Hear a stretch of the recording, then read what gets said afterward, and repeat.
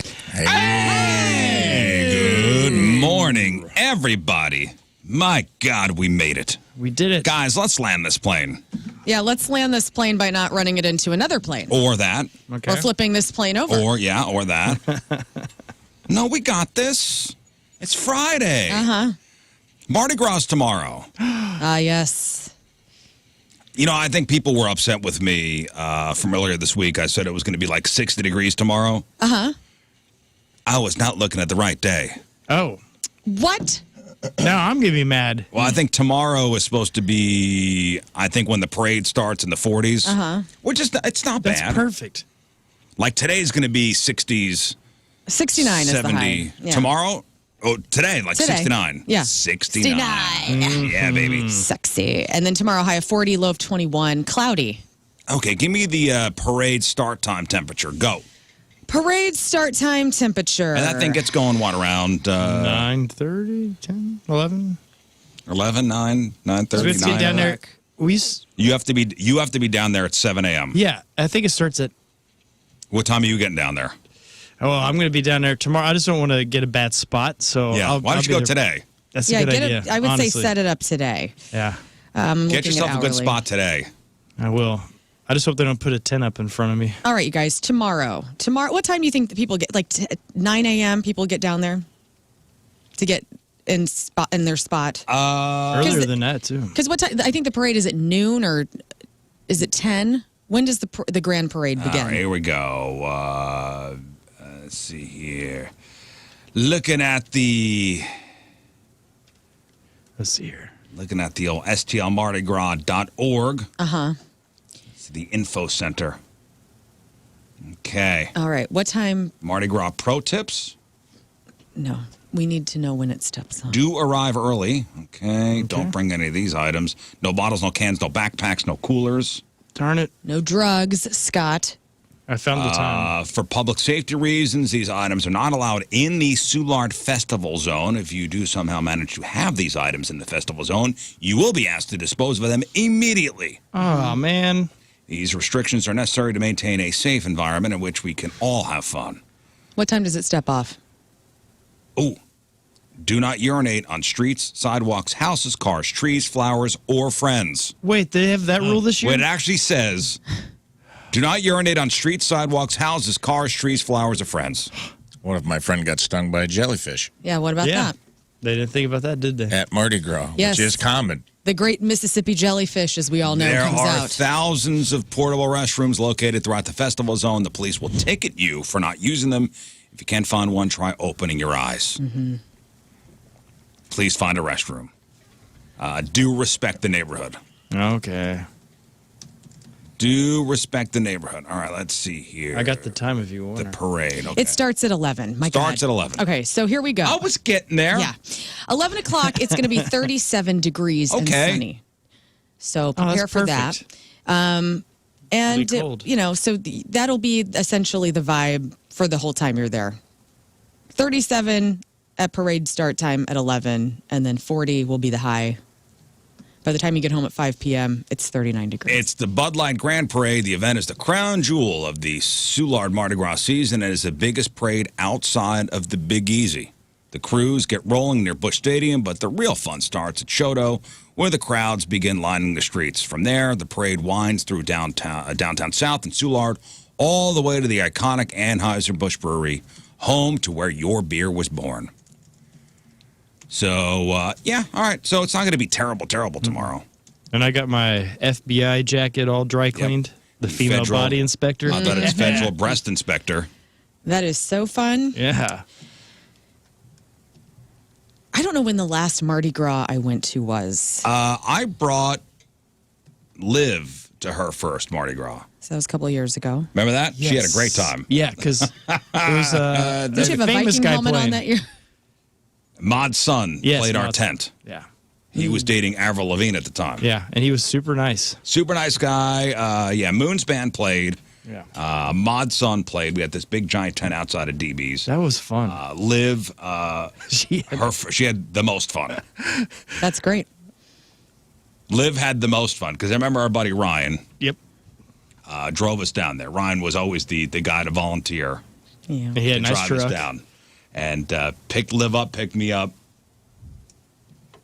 We had to put Liv in the car at the end of the celebration. She had a great time. That's a full experience. Full experience. If that's not how your first Mardi Gras in St. Louis doesn't go, you did not experience Mardi Gras. Full experience. I love walking the streets of Soulard, just seeing what's going on. People hanging out from windows, people on balconies. Mm-hmm. I don't know if I could live down there.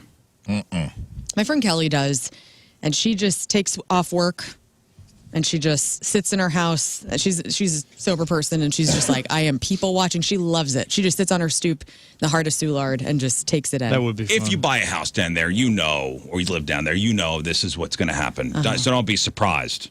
And don't be mad when people are traipsing, through your front yard. Yeah. It comes with living down there. Yeah. Tommy the Boss used to live down there. He used to have a Mardi Gras party every year. Fun. Couldn't do it, man. Couldn't do it? Parking would drive me bananas in Soulard.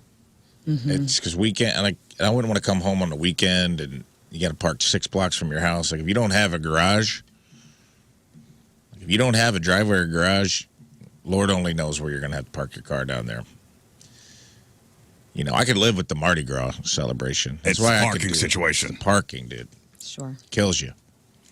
Aaron says 37 degrees will make for some real diamond cutters on those ladies. Well, and the dudes, too. Don't forget. It's not just a lady-specific nipple situation. Yes, it is. You all have nipples. And Yeah, there's but it plenty is of a guys lady. showing their It is a pecs. lady specific. I don't know if women are flashing as much as they used to. It's a different time. I think you just go down and get hammered. I don't think. Yeah, because like Moon was saying, he's never seen anyone flash. Yeah, I don't And think he's been looking. It is funny. You just don't see. Yeah, you do. You're just not looking. They're there. I can't remember the last free jugging in the street breast I've seen. Have you ever flashed anybody out on the streets? I don't think so.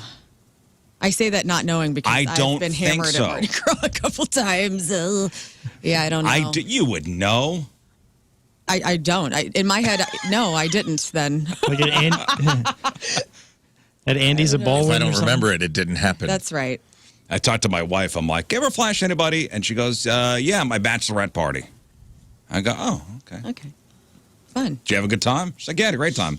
Okay. That's All awesome. right, fine. As long as everybody's safe. I want to buy like fake breasts and wear those. Like you can buy those on Amazon, like the little racks that you can put under and just flash those. So nobody really sees We'll your breasts. know the difference. I don't know. Some of them We are would pretty know. realistic. We Not would from know. a distance. And by the way, peeing on somebody's jellyfish thing is just a myth. Oh, no. That's not a real thing. Although my wife got stung by a jellyfish, we were on vacation, and the nurse on the resort said you got to pee on it, and it was not all that I thought it would be. Not into it. You did it? Yeah. That's love. What, you thought you were going to be into it? Like, this No. could be Well, my I don't thing. know. Rafe, Yeah. I don't know. Let's see what this is all about. Not into it. This could be a new era for us. Right. Yeah, I get that. But I go, this is very, I don't like this. Did she enjoy it? No. Okay. We both found it very awkward. Even though we'd been married, for quite some time by then. She got stung in the foot. That is pretty funny. And though. the nurse on the resort was like, hey, if you want the pain to, because it hurt. I mean, she was in quite a bit of pain. I said, hey, you may want to pee on it. Did she say, just go, man, to you? Yeah. I was But like, it hey, didn't work? let's do this. So did you squat or did you just do it? Stop it. Did it work? You No, said it didn't even What a work. It was waste. just maybe it just took her mind off the pain, just the awkwardness of the whole situation. Now you guys are really official. Getting married, having a ring, and a ceremony is one thing. But when you pee on the person that you love the most, The person I'm going to spend the rest of my life with. that's true love, dude. Which leads me into, listen, I'm not going to yuck anybody's yum. Thank you. If that's what you're into, that's what you're into. Yeah, consensual goodness, fine. Sure. Hey, whatever you do in your bedroom, behind closed doors, I don't care what you do. We support it. I said, listen, as long as you're not hurting anybody, fine. Great. I was talking to Learn about this earlier this morning. This is, I guess, KMOV did a whole investigation into sex parties in neighborhoods. Yes. Beep boop. Experts weigh in on First Alert 4 investigation into sex parties in neighborhoods. You paid for it. I go, sex parties in neighborhoods? What's that about? Yeah. Oh, there is an underground subculture of sex in St. Louis. And I'm going to just blanket statement this to everyone listening. You probably know somebody in these cultures. Yeah, and you said that to me, and I go, I do? You probably do. I do. I have a very normal couple in my life on the outside, Christian, conservative, part of the community. And they are elbows deep into the sex culture. And you would never know by you looking would at never think about it. Parents, no. You would never think it. Outstanding citizens. First Alert 4 investigates is looking into residents' complaints about frequent sex parties in their residential neighborhoods. Wednesday at 10 p.m., we told you about neighbors' concerns over regular parades of cars and people at homes and locations that regularly advertise sex or BDSM parties. Others are worried about public health and have asked, are they legal? Here's part of the report. Listen to this. This is from KMOV. It is a First Alert 4 investigation garnering a lot of feedback on social media. We looked into residents' complaints about frequent sex parties in their neighborhoods. Last night at 10, we told you about neighbors' concerns about regular parades of cars and people at homes and spots regularly advertising as sex parties. Okay, so I guess these people are advertising on like Craigslist or like these certain websites. And Twitter. Twitter has that's where a lot of these videos are posted and photos of the... And by the way, if any of my neighbors are listening, if I see a lot of cars outside your house, I'm now going to assume it's a sex party. As we all should, honestly. Greg up the street's having a BDSM sex party. Well, your neighbor across the street gave me a mattress. I never asked true. why. That's true. Others are worried about public health and asked, are they even legal? Now, What's the public health part of it? STDs? I mean, is that it?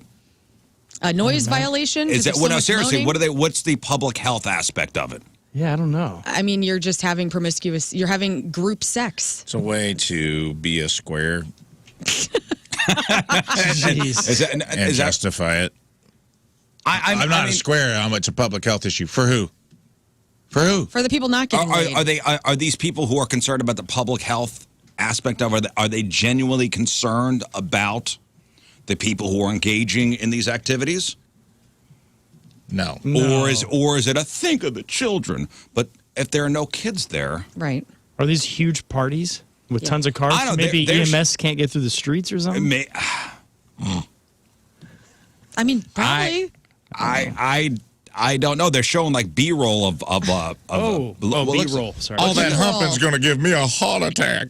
Oh, Lord, Clarence. They're showing B-roll of like a pretty nice looking house and people blurring out walking in. Pineapples everywhere. Pineapples everywhere. Chief Investigative Reporter Lauren Traeger joins us with an update to this investigation. What this all really comes down to, experts and advocates tell us, is a balance of rights. The rights of consenting adults to do what they want behind closed doors, and the rights of residents who want to enjoy peace in their neighborhoods. Okay, as long as it's not bothering neighbors. Are these sex parties getting so out of control? Honestly, is that what it is? Is that what the issue is? They're getting too bold? No. And There's no way.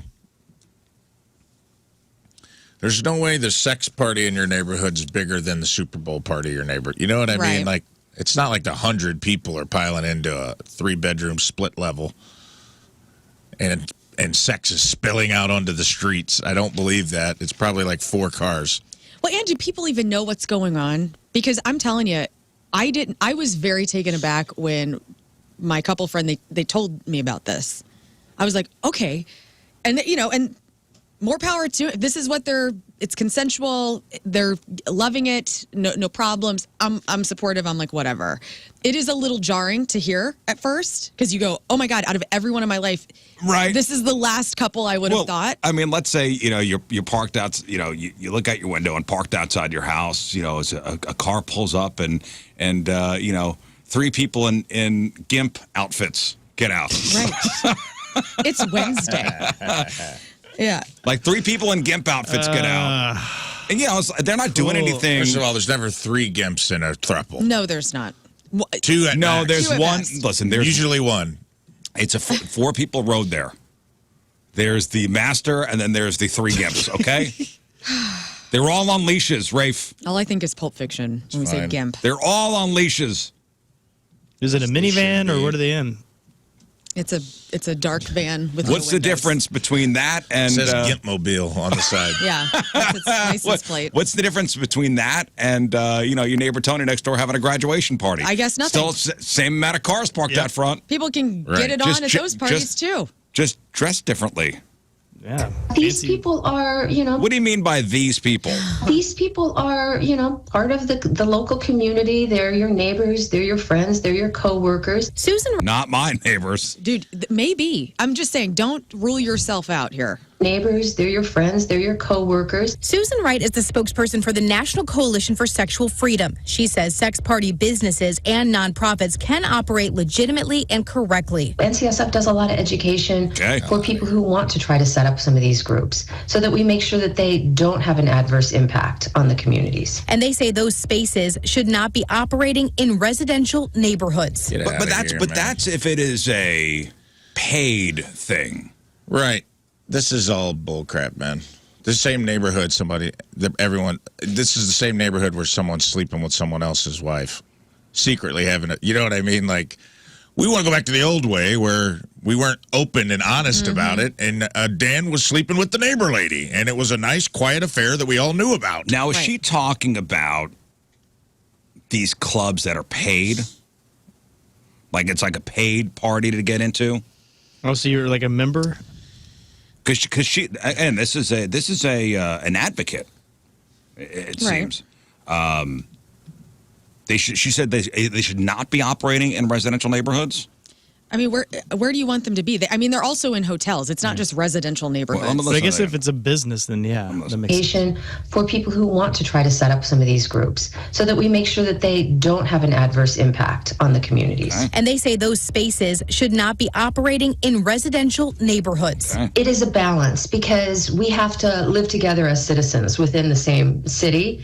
And that's why zoning ordinances are created so that only low impact businesses can operate out of a residential home. Oh, okay, so what I'm assuming is that some of these are paid, Okay.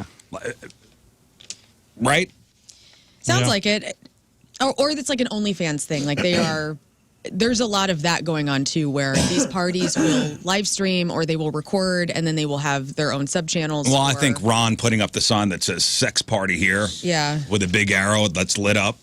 I mean, people are I think making that's money that's a bit too much. at the parties. Yeah, Is but that if what it it's is? not, Yeah.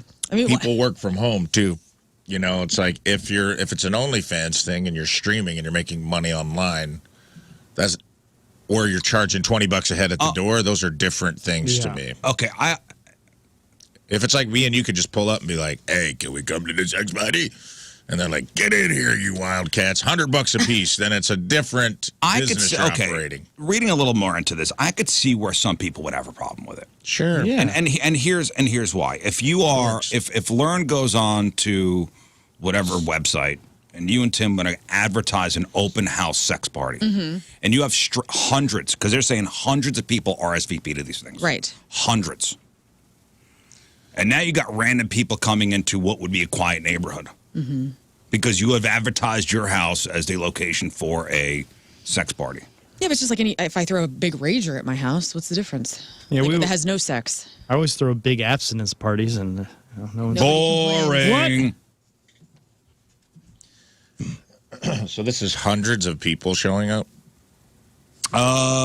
First Alert 4 investigates found several parties scheduled every single week, dozens and sometimes hundreds of people. RSVP to Yikes. attend. Hundreds become problematic from Every single traffic ad point of view. Every single ad indicates there's a charge to enter, and legal experts tell Channel 4 that's likely allowed under specific rules as long as zoning ordinance or other regulations are not violated. Within the communities they represent, some set up nonprofits and focus heavily on education. Okay, that's fine. That's that woman that was talking. Okay. This sounds Police like a have different told thing to me. Police have told party organizers at one home in North St. Louis to stop hosting the parties. Some experts also raised concerns about STIs and other risks in these homes. But we've also heard from people who say these parties strive for safety. Yeah. Well, I don't know. Makes sense. This sounds more like a bordello now than it does a sex party. This doesn't sound like a swingers of St. Louis. Like couples coming couples together. swapping and Listen, behind closed doors as much as it's like a. Hey, you're going to chip in for all that lube I bought. I get that. Okay? That's why I'm fine, charging but the we cover. do that on Venmo.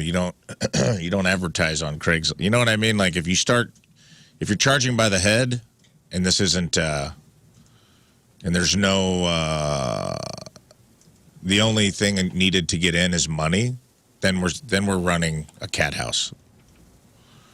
You know what I mean? Like if the only barrier to entry is cash, then I feel like then you're running prostitution. And that's illegal. Whether you agree with it or not, Well, it's illegal. this says nothing about prostitution. It's basically providing an area where people could just come and bang it out. But it's transactional, and so Yeah. that's what makes it prostitutional. Yeah, but I'm just charging a cover for upkeep. Yeah, listen, I got to get the carpets cleaned after this. You know, it's you're going to chip in for that. Yeah. If you start to have a very high impact business that gets a lot of traffic, that can bother the neighbors in terms Yes. of noise and parking congestion. And so this is why you have to comply with these local ordinances. My wife come home, she don't have a place to park. My neighbor, his daughter come home, she don't have a place to And it's the guy that lives in one of these neighborhoods. I think we need a Riz Show Detective Insider investigation. So Yeah. You're the person. Go. My God, go. I'm on it. You got Whoever's hosting these, There's only one hope, and it's Parties? Rafe Dean and Tina. Go. let me Bring in, your and I robe. will decide. bring a robe. I'll bring my red velour suit, and I will decide if these parties are good or bad for our community. All right. Well, listen to this guy. I guess this is in North County, and he's pissed. park. Wednesday, He's pissed about the parking. His daughter come home, she don't have a place to park. our investigation revealed concerns from some neighbors' homes advertised online as places to gather, post after post for sex parties, at least 5 separate regular locations in St. Louis, often clearly labeled sex or BDSM parties. 5 separate, huh? A night? Nice. BDSM, an umbrella term for some types of sexual preferences. Some hosts posting pictures of what they offer inside the parties. We found Whoa, that one's like a... pictures of what they offer The inside. one picture they showed it looked like a jail cell with a wheelchair inside. Whoa. Nice. Okay. Seems fun. One's got like a stripper pole. One looks like a sex dungeon with a sex swing. I like One that. looks like a prison cell with a wheelchair inside it. That's for inspirational play. Well, also DEI, diversity, equity, and Right. inclusion. Which I fully support. Are we ADA compliant? We I absolutely hope we so. are. are, but we Absolutely. I hope Do so. they have a Cage. ramp to that basement? Absolutely. I hope so. Hey, are our cages ADA compliant? You're damn right they are. Dude, it's like But you don't know, that could be for like, positive play of like, hey, I want to bust you out of jail and heal you to walk again. With my wiener. with my wiener, yes. Exactly, dude. This has the power to make you walk. the parties. We found several parties scheduled every single week, dozens and sometimes hundreds of people RSVPing to attend. Every single ad indicates. Oh, yeah. I mean, that's like 126 Kinksters RSVP'd. 45 Kinksters have RSVP'd. 61 Kinksters have RSVP'd. Rafe Williams is a maybe. was a charge to enter. Legal experts told us that is likely allowed under some specific rules, and so long as there are not zoning, ordinance, or other issues violated. Wright says many within the communities they represent set up nonprofits. Honestly, looking into the story, the only issue that people have are parking. Mm-hmm. Really, that's all people are upset about. Honestly, that was the best argument you could have made for this show. Right. If you want to sway me, you chose the right avenue. Yeah. Because the parking would piss me off. There's a lot of parking going on in those parties. Yeah. Wiener parking. Mm-hmm. I'm sorry, this is a loading zone. So what do they have on TV whenever they do these events? I don't know, but Seinfeld. Parking seems to be the main concern. It's not even the fact that people are showing up to bang it out at random houses in random neighborhoods. It's, oh, man, I can't park my car. Well, it's sex positive. I mean, we are living in a time where the sexual revolution has never had a better moment, right? So everybody's just, hey, we're not here to kink shame, consensual sex, yes. All we care about is parking. I'm here Uber, Uber there. God, Uber. Come on. And I mean, that'll be a whole thing, too, because then you're all sweaty and God only knows what you're covered in. Why don't they park down at the Walmart parking lot and have a big bus roll up with all the guys in those leather masks? Shuttles. There should be a sex shuttle. I love it. And focus heavily on education, safety, and even consent. Unfortunately, we do know that some people set up groups that are not done legally and are not licensed properly. And these can cause problems for the people that are doing it. You have to get a license for it? Gimp, hop in the bang bus and go pick everybody up. Can you imagine? That's how they solve the parking problem. Is they just have like a guy in a gimp mask driving like with an the coach. I'm yeah. thinking like one of those coach tour buses. Yeah, and it says the bang bus on the side. And he just pulls up and lets 100 people off, and then goes and parks it at the Flying J up on the interstate and waits for a call. Austin says the wheelchair is for one of the women leaving the party. Am I right, guys? Oh, yeah, you're right. Yeah, you're right. You're going to need so this. cool. Or the dude. Yeah, or the dude. You don't get out of this. Don't forget. You're This is a assuming this is a party. heterosex party. Yeah, get out of your heteronormative thoughts. Are these parties women actually go to? Yeah. I just picture it's always this dude standing around. No, it's women too. I'm here for the fully sex involved. party. It's a real sausage fest. Yeah, dude, this sucks. No, it seems like it's pretty equal. And listen, if you're a good sex party host, which I am, which you are, you only let a certain amount of guys in. You only let a certain amount of women in. Mm-hmm. You have to keep it balanced. And you have enough deviled eggs for everybody. That's right. I'm here. That's enough. Somebody said it's got to be a real tough thing on the septic and sewer system. That's what I was thinking too. I've seen some of the Zillow Gone Wild stuff where houses were for sale and clearly had been hosting like sex parties and probably making like content, OnlyFans, like rooms that you're like, oh, I've seen this room in a couple of Pornhubs. Oh, really? You know what I mean? Like every bedroom was like clearly set up for like sexual encounters. Right. Brent says the Wienermobile should be the shuttle. Yeah, dude. Yeah, actually, That'd be a nice touch. Or the Planner's Nutmobile. Oh, yeah. Either, You know, that's a good point. Why do we have wiener and note mobiles and no like breast mobiles, you know? Or like the Libby Alexis. I don't know, like because the A2 breast milk. Yeah. the Wienermobile is an Oscar Mayer thing, and the Nutmobile is Planters. Oh, just really? so You think know. that's all it is? That's all it is. Yeah. Right. It's not a front for anything. So listen, I guess these parties are going on all over the place. I don't know about them. Maybe they're in my neighborhood. There was a random Wednesday last week that my neighbor a couple houses up had like 50 cars. That was up the and down Super street. Bowl. There's a lot of germs in your neighborhood now. I don't know. Just don't bother the neighbors. That's it. That's it. That's it. Just don't bother your neighbors. Don't park where they park. Grab an Uber and have at it. Yeah, keep your pants on. Go to church. Have at it. No. Go to church. These people are at church, Scott. Yeah, I hate to tell you, they are they're going their own to kind of church. So. Here's an interesting story. I'm just gonna go through some of these leftover stories I had from the week. Headline: Biological father, daughter accused of marrying each other. Oh, no. Oh, that's romantic. What do you mean? Oh, a biological father married his daughter. And they're in the news. How is this legal? Yeah. It's not. And what state? Oh, no. Show me. You guessed it. Man. Indiana. Indiana. Hoosier State. Definitely. Biological father and daughter accused of marrying each other in Indiana. Bradley McCollum and Kimberly Temple. Ew. Brad is 59. Kim is 44. Huh. Wow. That's... So he had her young. Yeah. Everybody's doing the math. That's right. Brad is 59. Kim is 44. Uh-huh. I mean, that's... When did you have your kid? I was 19. 19. Okay. So Brad was 15. Brad was 15. That's moon territory. Yep. Yeah. My son was 15 and 16 when she was born. So that's more his territory. So Brad and Kim both charged with providing false information on a marriage license application, which is a felony in Indiana. Brad is also accused of marrying somebody who's while already married, which is also a felony. What? So she is married to some other guy, and then No, she decided... okay, so Brad is accused. Brad was already married and married his daughter. Yeah, to her mother, possibly. What is this?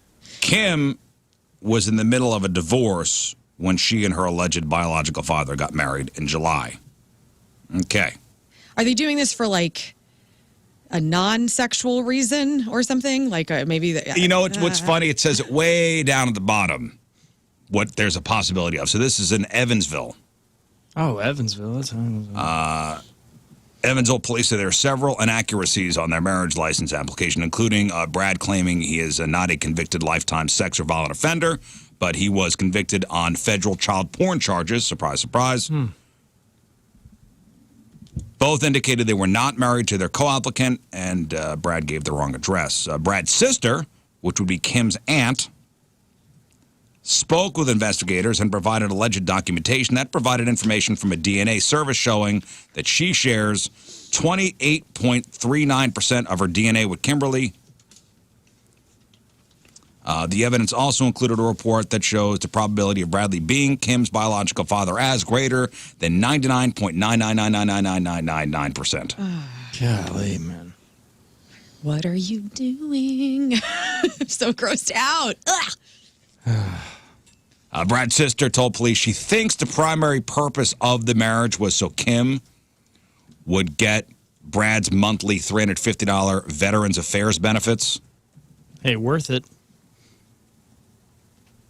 So, there you go. That's happening out of at Indiana. The mugshot of Kimberly is... It's not... Is she a hottie? You know? That is not the adjective that I would use. Not in this photo, at least. It does remind me of Tom Arnold whenever he sings that classic "I'm My Own Grandpa." That beautiful number. It's a good one. So she's a hottie, huh? She's something. She's something. Could I? Yeah. You have a picture. She looks of her? like she's been very stressed out for a very long time. Does she look 44 years old? Yeah. She looks older, honestly. Like 44 to me is not. Like the bag shouldn't Slowly sag this pulling much up. under your eyes. Is she a 44-year-old that looks 65? Yeah. Okay. Yeah. She's been through the ringer, it looks She's like an Indiana 10. Let me see. These are things. Okay, there are things you do in the heat of an argument that are forgivable, and then there are things that are closer to, I don't know, attempted murder. So there's a guy in North Carolina, a 51-year-old guy. He called 911 on Monday and said, "I've been locked in the storage unit for about a week now, and I just found my phone." Oh, my God. Oh, he's in the dark and he couldn't find it? Yeah, he couldn't find his phone. Wow. The operator asked him, "Hey, are you still stuck inside?" And he goes, "Yep, my girlfriend locked me in here. She doubled up my lock. I just need out of here. I can't breathe. I haven't had nothing to drink or anything." So emergency crews rushed to the unit, freed the guy, got him to the hospital for treatment. He was dehydrated, but he'll be all right. Investigators say the couple got into an argument, and she told him to get something out of the back of the unit. He crawled there. She slams the door shut, shouted, "This is what you get." Locked it, left, never came back. Oh, my. He was there from Thursday the 20th to Monday, which is 4 days. Oh. 4 days locked inside a storage unit, completely in the pitch black. Damn. One official says they truly believe that she intended for him to die inside.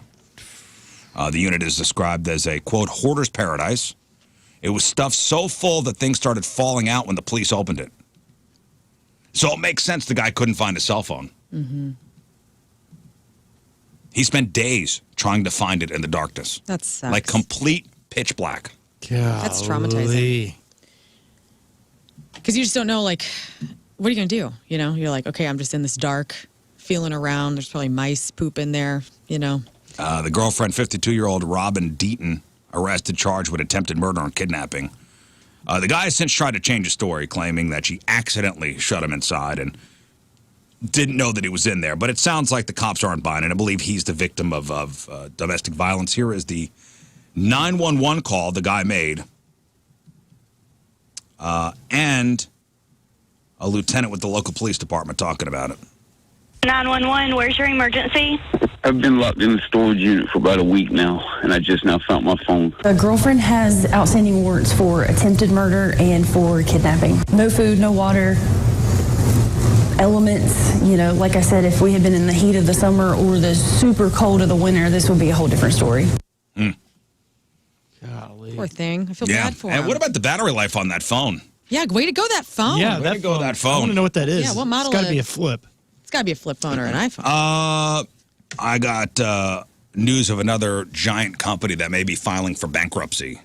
Tropicana. The juice?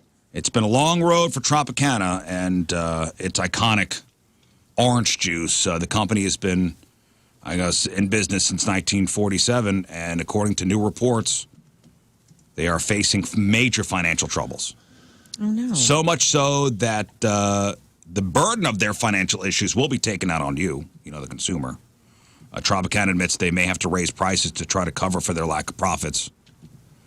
They've been facing decreasing profits and dropping sales for a couple of years now, but an ongoing bacterial infection and record-breaking hurricane cycles have created, I guess, the perfect storm threatening the health of Tropicana. Wow. Citrus production has slowed 75% in the past 10 years.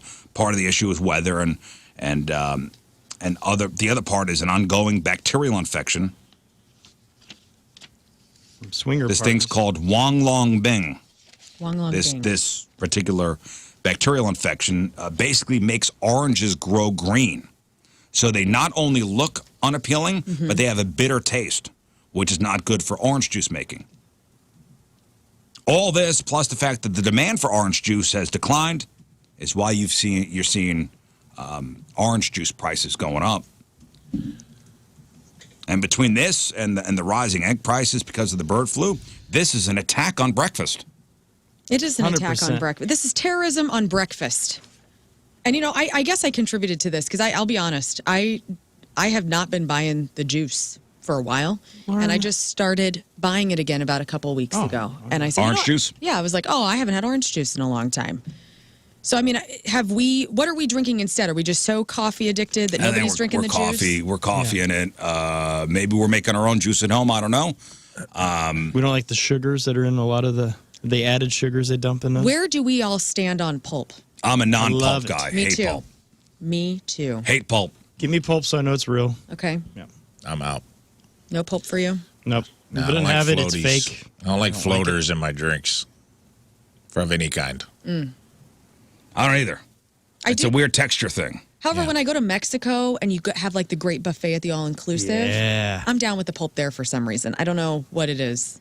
They just chopped it up and Possibly, tossed I it- feel yeah. like it's fresher. You know who's got great orange juice is the original Pancake House. Did you ever go there? Do they freshly squeeze? Yeah, they have like a machine that freshly squeezes the orange juice. It's good. I'm into It's that. a good orange juice there. But Tropicana seems to be in trouble and heading for bankruptcy, possibly. And that's why you're seeing rising orange juice prices, because this disease that's infecting these orange groves. Bulldogs. Bulldogs seem to be the thing that I guess criminals are going after. We heard remember Lady Gaga's dog walker got Abducted. got shot, Yeah. and they stole her bulldogs. Bulldogs are a high item thing, high in demand. A bunch of thieves nabbed a pair of high-priced bulldogs from a pet store in Colorado after a guy faked a seizure. He faked a seizure to distract employees, while an accomplice just grabbed the puppies from a pen and bolted. Oh, man. Man. I mean, I'll be honest. I've gone to like some Chicago pet stores before where they got little French bulldogs and you can just put dip some in down your and pet pockets? them. And I was like, ooh, I might just I put just this put in one my of these in my pocket. jacket. Do you know how much one of those is worth? A lot. Like thousands, right? Like $4,000, more than $4,000 for one of these dogs. So They're if you go to a so pet cute. store, more than $4,000 for one of these bulldogs. So 3 guys walk into this pet store, and this is in suburban Denver, a couple minutes apart. They walk around, ask questions about the dogs, which again sell for $4,299 each. A 37-year-old guy then appears to be having a seizure. So as the employees run over to this guy who they think is seizing out in the store, the other men lifted the lid off the pen where the puppies were kept, took 2 dogs, and began running out of the store. An employee tries to tackle the guy. She got him, but the moron dropped the dog. The guy drops the puppies, managed to grab him again and run out with the second guy. They get into a Cadillac Escalade, which had been waiting outside the store. The man who allegedly faked the seizure was arrested on suspicion of conspiracy to commit a felony, theft and drug possession. Investigators are looking for the 2 other men and the getaway driver. Well, the good news is the video footage, the morons, their face is full on seen, so. Well, one of the puppies was later returned by a woman who bought it for $1,500 from a street vendor and realized, hey, this looks like one of the dogs that was in the photo that the news was circulating Well, I around. hope she got to keep them. I know. Like, how does that work? Does she, hopefully, like, here, Just you're fine. Well, It's yeah. going to be a good home. I guess she bought it from a street vendor, so that's not very good. But No. oh man, That's a weird, but at least she was the integrity to right. willing to lose $1,500. That's Just give it to her. An enormous penis has appeared on the top of a school roof in Berlin, Germany. Oh, no. I don't know if anybody saw this picture. Whose is it? The janitor? yeah, it's the roofer. It's a 66-foot-long dong, and it was drawn on top of the Waldorf School in Kreuzberg district, Berlin. The massive penis was so big it was picked up by a satellite and is visible on Google Maps. So according to satellite images, the penis appeared sometime between March and July of 2022. So they're not sure if the penis was drawn by school pranksters or a street artist. Or the penis gods. And school authorities have now made a haphazard attempt to cover it up by painting over the edges, but it looks even more clear. I don't know what they were doing. They blurred it. I know what we'll do. We'll bold these lines. And the distinctive length and shape of this thing is still... They should just draw a little flame Very at the end of it visible. so it looks like a It's rocket ship. Probably Banksy's doing, I would imagine. Well, I appreciate this kind of prank. This was a good slow play. I agree. I love it. I'm not offended when I see like a really coolly drawn dong. Like my best friend and I, we bonded in high school over every season. Hey, if you got any sort of dirt on your car, there's going to be a wiener on your windshield, you know? And I was like, oh, my Abby was here. I love her. Right. And you know, in class, like passing notes or if she's doodling on, you know, we would just draw wangs on things. A lower tier German soccer match ended before it started after an incident with a referee. As the ref was checking over the players before the game gets started, I guess the players line up and the ref checks IDs. I didn't know this was a thing. Apparently it is.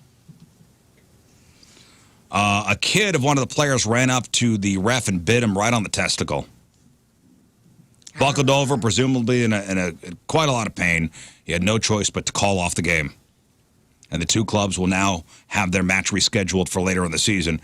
In the refereeing report, the ref says, while I was checking the FC Taxi player's ID, a small child was doing warm-up exercises alongside the players. He came closer and closer to me. Then suddenly, to my complete surprise, he gave me a sharp bite in my left testicle.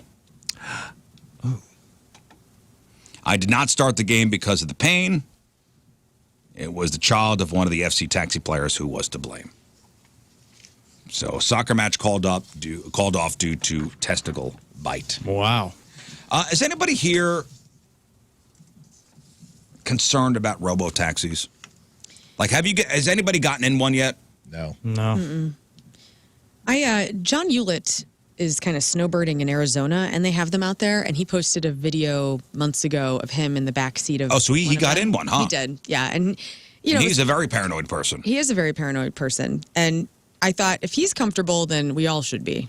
He enjoyed it. He was fine with it. I don't think he's going to do it often, but he did it just to have. So he did it, huh? Mm-hmm.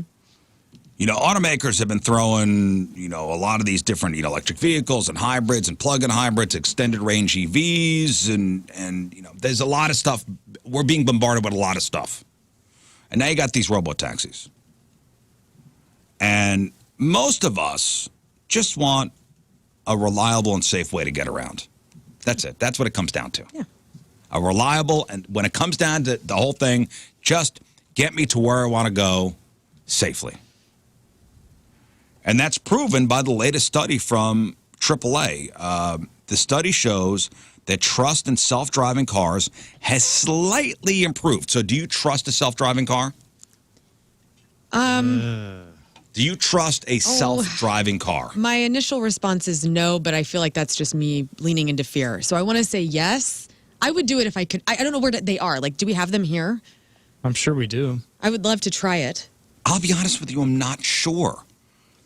I'm not sure if I trust it or not. Okay. I mean, because technology screws up, so that's why I don't trust it. Yeah, but so do people. Yeah, but I just won't trust people either, but especially a pewter that could be corrupted easily.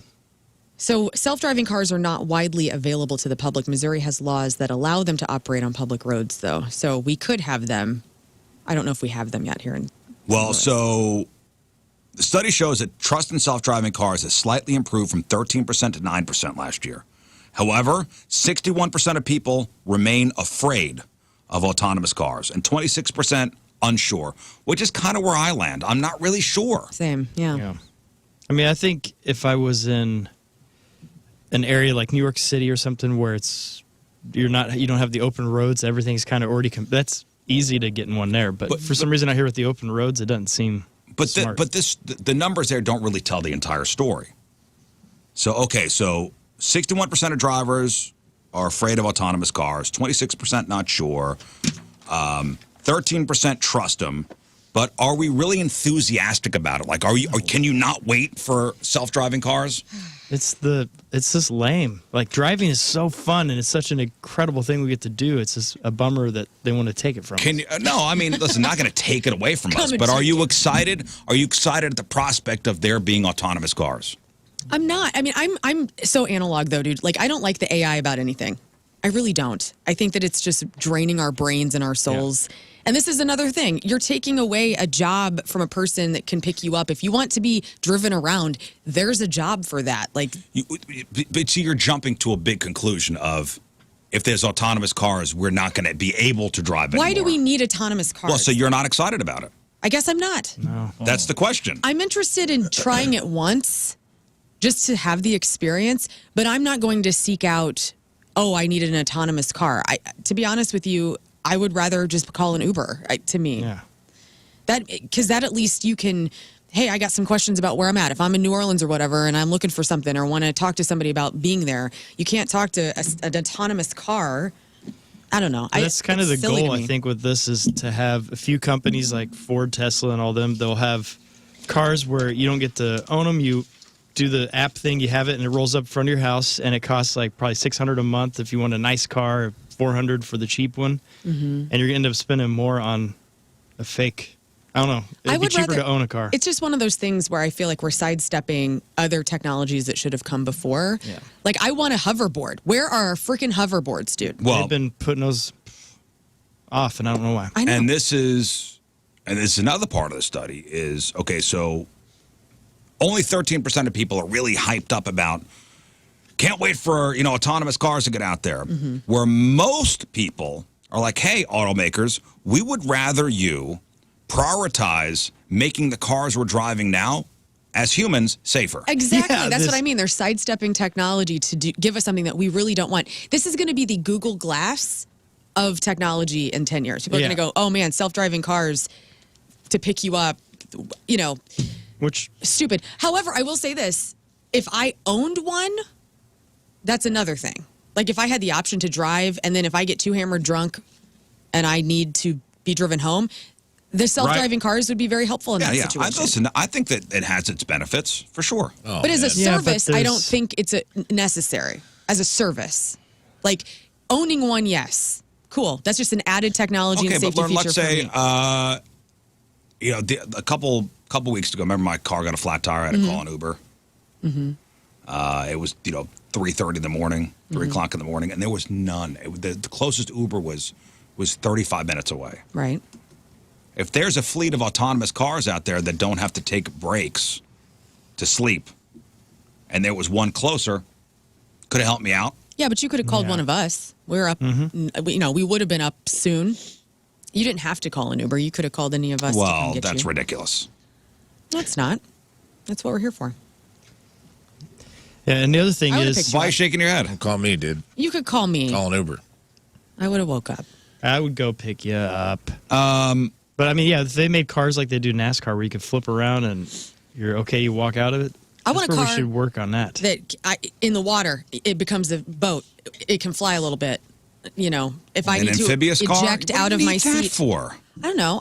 That to me makes more sense than. I will tell you the one piece of technology that people do want on cars and want the automakers to really focus in on. It's the autonomous emergency braking, which I had on one of my old Chargers. Now, you know what that is? Oh, yeah. Yeah, it's a nightmare. You don't like it? Nightmare. It is a nightmare. I drove a Lexus one time, and it auto-braked out of nowhere. Did not need to. Freaked me out. Dude, yes. Yeah, the first time it happens on your car, it freaks you out. Yeah, because you're not ready for it. In fact, the NHTSA has mandated automakers install these things in all cars by 2029. Boo. Yeah, they also want people also want the lane assist, the lane keeping assist. I like that. That's pretty handy. The adaptive cruise control, which I do enjoy. Right, I do enjoy that. There's only one company that's doing these auto taxis right now. It's Waymo.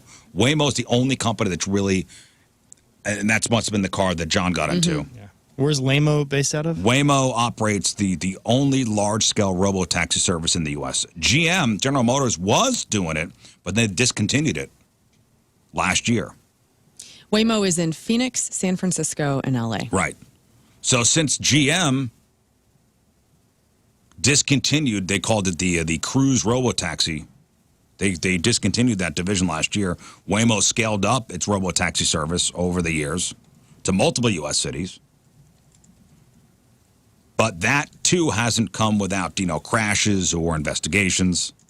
GM and Ford, on the other hand, are now focusing more on improving consumer applications of advanced driver assistance tech instead of going all in on the robo-taxi thing. I think that's smarter.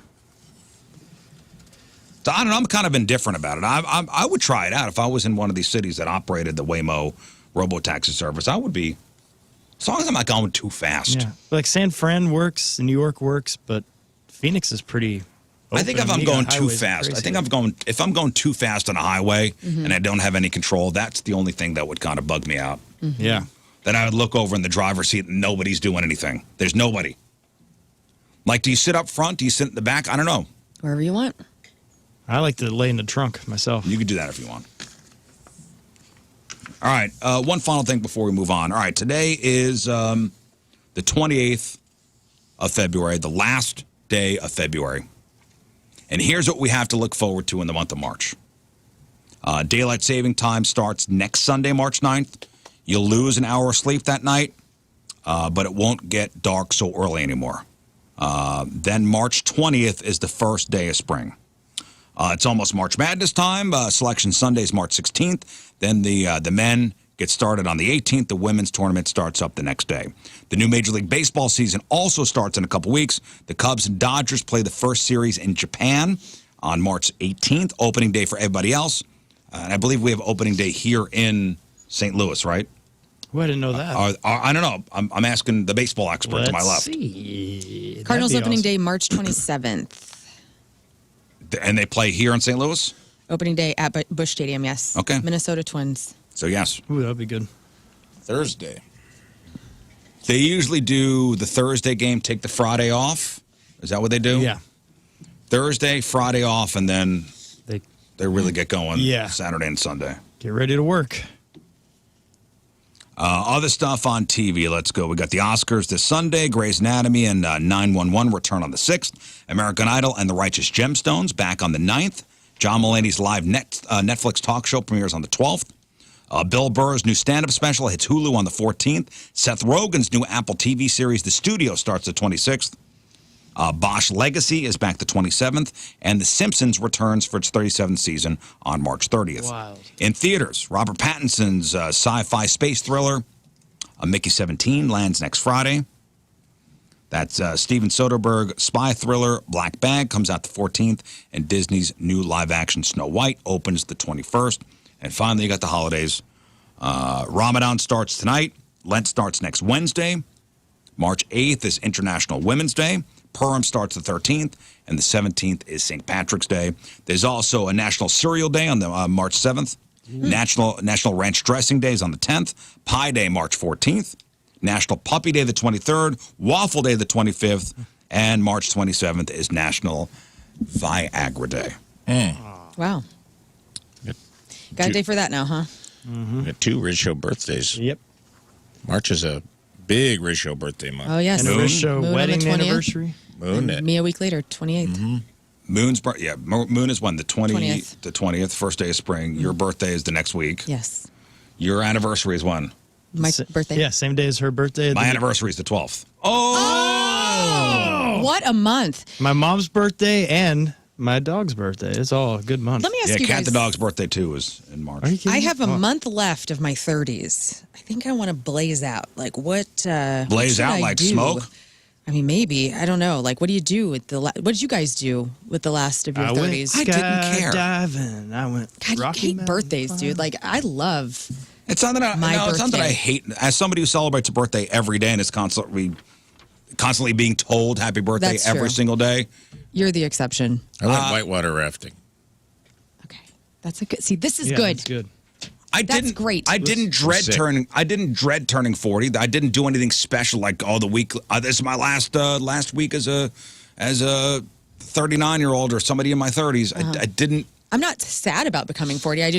Every decade, I want to give it up for that decade. Like, what did I do this decade? I got married. I changed careers a little bit. How do I honor what this 10 years has been for me? Yeah. Well, if you're going to commit crimes, do it now before you turn into adults. So. Okay. Huh. I don't know. I'm going to do something. how I'm do going to plan you- it out. You were in your 30s when you got married? Yeah, I think I was 30. I didn't know that. Or I thought guess you I was were- 29. In my head, you were younger. But No, I don't was know why. 29. Tim was 30. I don't know. How do you celebrate your last month in your 30s? I went to Go hang gliding. Smoky Mountains and went on 2 whitewater rafting trips. Specifically because it was your It last. was my 40th, and I was just like, let's go do something cool. Let's go out with a bang. Yeah. You know, awesome. not in a way of like, I got to do this now because I'm old. It was but you just did like, it specifically because you were yeah, turning 40. Me and another friend of mine were both, he was turning 40 on October 3rd. Mine was September 30th. So we went the last week of September, and I got us a cabin up at like 5,000 feet at the top of a mountain on the Smoky Mountains. It was so dope. And it was like you could look out and see the whole mountain range. And then we went to Georgia. We drove to Georgia and North Carolina. We were staying in North Carolina, but we went to Georgia and whitewater rafted on like the river from Deliverance. That's how they Wow. That's how they advertised it. Which one's that? And I was like, that. I don't think people remember that intense rafting scene from that movie, but that's fine. Yeah. But it was like class 5, the kind of rapids where you got to go over a waterfall and do like 10-foot drops and Was stuff. it Ocoee? I did the Ocoee, but I did a different river. Okay. That one's awesome. Can't remember. Yeah, what maybe it's you have to called. do something adventurous. It was Okay. fun. Like you got a Yeah. couple weekends left before your party. I'm going to crowdsource. I'm going to put on my Twitter, Learn versus Radio. Like what should you do? What should I do? Listen, it's got to be an adventure type of thing. Yeah. We'll get some pogo balls going. Small on or the Katy large? I Trail. want to just, should I? Have you ever smoked crack? No. Let's go. There we go. Let's do that. do it. Okay. Okay, right on. Let's go. Sweet. I'll hit my neighbor up Okay. and I'll bring something in. Oh, no. We'll just do the back half really badly, Come on, let's do something adventurous. Let's all smoke crack at 6 a.m. and do this show. And just drive around. And a self-driving car, right? Boy, some listeners will definitely get my real opinions if I smoke crack at 6 a.m. and get on the mic. Let's go, yeah. I wanted to tell you, I'm not going to tell you what show it is, but one show next month is going to be all of us. No, we're not going to tell you what. There'll be signs. Yeah. You have to figure it out yourself. All of us will have smoked Hey, they crack didn't do any commercial breaks, man. They talked for 4 hours straight. In fact, it's 11 o'clock. Donnie's pissed. They've got the door barricaded, and they're still in there doing the show. Rafe has his shirt off. Riz is weeping. And Lauren's cutting her hair off. Yeah. Lauren's got bangs. Wild. Nothing else. This is crazy. Scott was unaffected somehow. Right. I feel sharper. I'm immune to crack. Here's another just roundup of what happened in February. Jolly So good. Google Trends posted another round of who, what, when, and where, and why questions. So these are the top questions we Googled in February. Number one was who. So it's who, what, when, where, and why. Who won album of the year? Do we remember who won album of the year? That was the top. Grammys? That was the top who question for Google. Beyonce, right? Who won album of the year? Who won album of the year? Wasn't it Beyonce? Yeah. Beyonce won the Grammy for Cowboy Carter. First time she's won album of the year. She also won best country album. The what, who, what time does the Super Bowl start? 5:30 was when it started. The when will PlayStation servers be back up? Man, they were down for 24 hours on February 7th and 8th. And the gamers couldn't game, and it was a big deal. I'll bet. It was a big deal. Sony compensated people by tacking an extra 5 days onto their PlayStation Plus subscriptions. That's okay. Where? So it's who, what, when, where to watch the Grammys. 15.4 million people watched on CBS, down 9% from 2024. But more also watched on CBS.com and Paramount Plus. And the why, who, what, when, where, why, the top why question on Google for February was, why was Taylor booed? Because people be jealous. That's why. Some fans booed at the Super Bowl, and they showed her on the Jumbotron, and most chalked it up to politics. The fact that she's dating a Chiefs player overall. I may go with a little from the politics, a little from the dating Travis Kelce, but I think it's overall Taylor fatigue. Yeah, I could see that. It had to do with she's from Philadelphia. No, she's not. I thought she's from Somebody Kentucky. said, I think she lived in Philly. Someone said she lived in Philly. Maybe that's not true. I thought someone said the Philly fans were booing her because She's from she was an Eagles fan before she dated Travis. she's from Pennsylvania. West Reading. West Yeah, Reading? Reading. She's a Wedding. Pennsylvania West gal. Reading. And I thought she lived. I thought she was from Kentucky. Nah, this is a whole. That was the country. I think they That moved was the there for her gimmick. to have a career. Her dad's like a really wealthy investment banker. or Right. some thing. Yeah, I know she comes from considerable wealth. That was the whole. Everyone tried to make it something else, and it was just like she was an Eagles fan before she dated Travis. So the Eagles fans booed her because she but the fact wasn't that- in a Chiefs jersey. But you know what, Rafe, and I consider myself pretty plugged into what goes on, into the cultural Zeitgeist? entertainment Very. Sure. zeitgeist. You're very The fact that I didn't know that would probably tell you that most people didn't know that she was The Eagles fans know it. Maybe. That's who was But- booing her. One Chiefs fans. No, okay, no, I understand that. And again, I said a little from the politics side, a little from the That may Travis have been Kelce so. side, and then I think mostly because of we're just sick of seeing this woman everywhere. I don't know. My opinion. They hate her because they Maybe. hate her. I mean, everything I read was Eagles fans are notoriously Very nice terrible. to everybody. What? So imagine being an Eagles fan and then and everyone knows you're from Pennsylvania. Everyone knows that you were previously an Eagles fan and had made that known. And now you're dating someone from the other team in the Super Bowl and they show you on the Jumbotron in their jersey. Yeah, it's a perfect storm of getting booed in front of So 75,000 people. So funny. I understand. And the top how question we Googled was, how tall is Kendrick Lamar? Yeah, he's 5'5". He's I my kept asking that. height. And he can rock those jeans, damn it. Every person I know bought bootcut jeans after the Super Bowl. He's either 5'6" or 5'5", depending on what source you read. Cute height. I mean, I guess I have to shop in the kids section like an A minor. Well, if you care, Drake is around 6 feet tall. Ooh, so he won the height game. He won the height game. Ooh-wee. All right, let's take a break. But first, and that's brought to us by Hot Shot Sports Bar and Grill, celebrating 35 years of Hot Shots with a new daily featured menu item every day, all February long. From Waterloo, Illinois, Dave Miller is our team. Remember that? What's up, you bulldog? Dave is a longtime listener to the Riz Show. Thinks the show is the best as it's been with the current lineup. Dave has a head injury. Yes. Appreciates the effortless flow between each of the personalities and how the show never resists to start his morning off with a laugh. Loves Moon's rock star presence, learns female influence, King Scott's whatever, Rafe's humor, and he says, your greatness. Okay. That's nice. And, yeah, I'm here. No, he says he loves my fearlessness to speak my mind, no matter the subject. And Dave says, being a cancer survivor, he's also very grateful for Jeff and all that he brought to the show during his time with us. By the way, everybody's asking where Jeff's cutout is. He's behind Carl. I didn't mean to, but Jeff is back there. I need to pull him out. Peekaboo, Jeff. Dave Miller from Waterloo is our Teamers Remember the Day. Get super sweet Teamers Remember the Day soccer jersey. Get yourself signed up, 1057thepoint.com/TeamRiz. All right, 7:14 Friday. We'll take a break. We'll come back with Crap on Celebrities. First, look at the traffic and weather. Learn coming at you. It's brought to you by Golden Oak Lending. Do you need extra cash? Golden Oak Lending can convert your home's equity into cash in as little as 14 days, so let Golden Oak Lending cure your blues. We have a stalled vehicle northbound 270 to 44 eastbound. The right shoulder is closed. Your weather today, gorgeous. Almost 70 and sunny, like you see right now. Low tonight around 32. Currently, it's 41 at 7:14.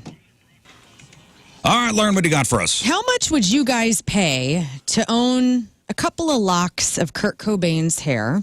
Jeff Bezos is sending chicks into outer space. Damn, Gene. And do these bands deserve to be in the Rock Hall? All right, we got that. We got your crappy birthdays to porno birthday, all that and more next, and your Crap on Celebrity. Stay there. All right, welcome back to the program. Phone number 314-624-3833 or 618-398-3833. The Mick Ultra Studio Cams, 1057thepoint.com/Riz. The socials at RIZZ. Show your emails, RizShow1057thepoint.com. Friday Fail Stories coming up. Rafe's E-memorium. Comedian Libby Higgins will be joining us. Yes. Liberty.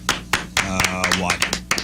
9 o'clock-ish? Yeah, about 8:50, I think, was 9 o'clock. what I was told. She's at Helium tonight only. One night only. Whoa. 2 shows tonight, 7 and 9:30, I believe. She is so damn funny. Yeah, she's great. I listened to Slap City podcast after getting to know Tina, and I listen to it regularly. Well, that's her podcast with Rave's lady. Yes. And so I consider myself now, I've listened about over a year. I'm a Slap citizen, and I love Libbie, and their friendship is so fun. And so, and Is she from here? She is. She's right? from here, okay. Yeah, Libby grew up here. But she lives in Nashville full She time. lives in Nashville now. Yeah. She's great. Well, Libby will be here at 8:50. We all came up 9 together on this St. Louis comedy scene, dude. That's so great. That's awesome. If we got time, we'll play a contest. Maybe we'll do a little simple trivia, give away some fabulous prizes, including tickets for the Kill Switch Engage show. We got Point Fest tickets. We got tickets to go see comedian Gabriel Iglesias over at Enterprise Center Friday night, March 14th. So Oscars are on Sunday. I think Conan O'Brien's the host. Yes. And we made our Oscar picks the other day, Wednesday. And I'll be honest with you, as far as all the best pictures go, the best picture nominees, I have no idea. I haven't seen any of them. None of them. You won't watch before Sunday? I don't have time. I thought you were going to make your hummus. I don't know. My Oscar hummus? No, Yeah. I'll make my Oscar hummus, yeah. But what, do you watch the Oscars? Like, why? I mean, if it's, I'm not opposed to them. With Conan, is it? It's going to be so good. Yeah, he's going to be incredible. I love award shows, and I don't know where we turned into this kind of anti-award show culture. I loved the VMAs when in the 90s. Well, and there's Those were a, special. I mean, there's the cliche, well, it's just rich people celebrating rich people. So? I don't know. I like the pomp and circumstance of it. I do too. I love, and everything's political. I don't care, man. I'll get up there and watch everybody just win and see what they do. It's interesting to, and I like seeing how beautiful everybody looks. And I'm not. it's art. I'm not scheduling my weekend around it, but usually it's one of those. Oh, the Oscars are on. I'll turn it on for a little bit. And if I get bored, I'll turn it off. I'm not going to sit there and watch the whole thing because I'm such a huge fan of it. But I'm not opposed to it either. I do. I'm like, oh, the Oscars on. That's what I'm doing on Sunday. And, 90% of the time, I've not seen any of the movies that are nominated. I also think, I've said this before, but access. Award show audiences have been declining, and they're always like, is it going to be different this year? And I'm like, I don't think it will be because you have access to them now. Right. There are I used to have to watch the Oscars to be like, what does Humphrey Bogart actually sound like? Right. Like you That's a didn't good point. see. It was like you got to see your favorite stars like actually talk in their own voice and be be themselves, not be a character. Right. Well, you're 1 gazillion% correct. Now Yeah. Our movie stars, we have access to them every day. And we know their opinions. Yeah. With the exception of a few. And with that color TV as well, you can see what they really look like. There's like a few that have managed to keep it. Like Jack Nicholson's not on TikTok. Do you know what I mean? Mm-hmm. If you want to see Jack, you still got to watch. Yeah, but if Jack Nicholson was younger and TikTok was available, he probably would have been on TikTok. There's people that don't have to be because they're so famous, which I'm jealous.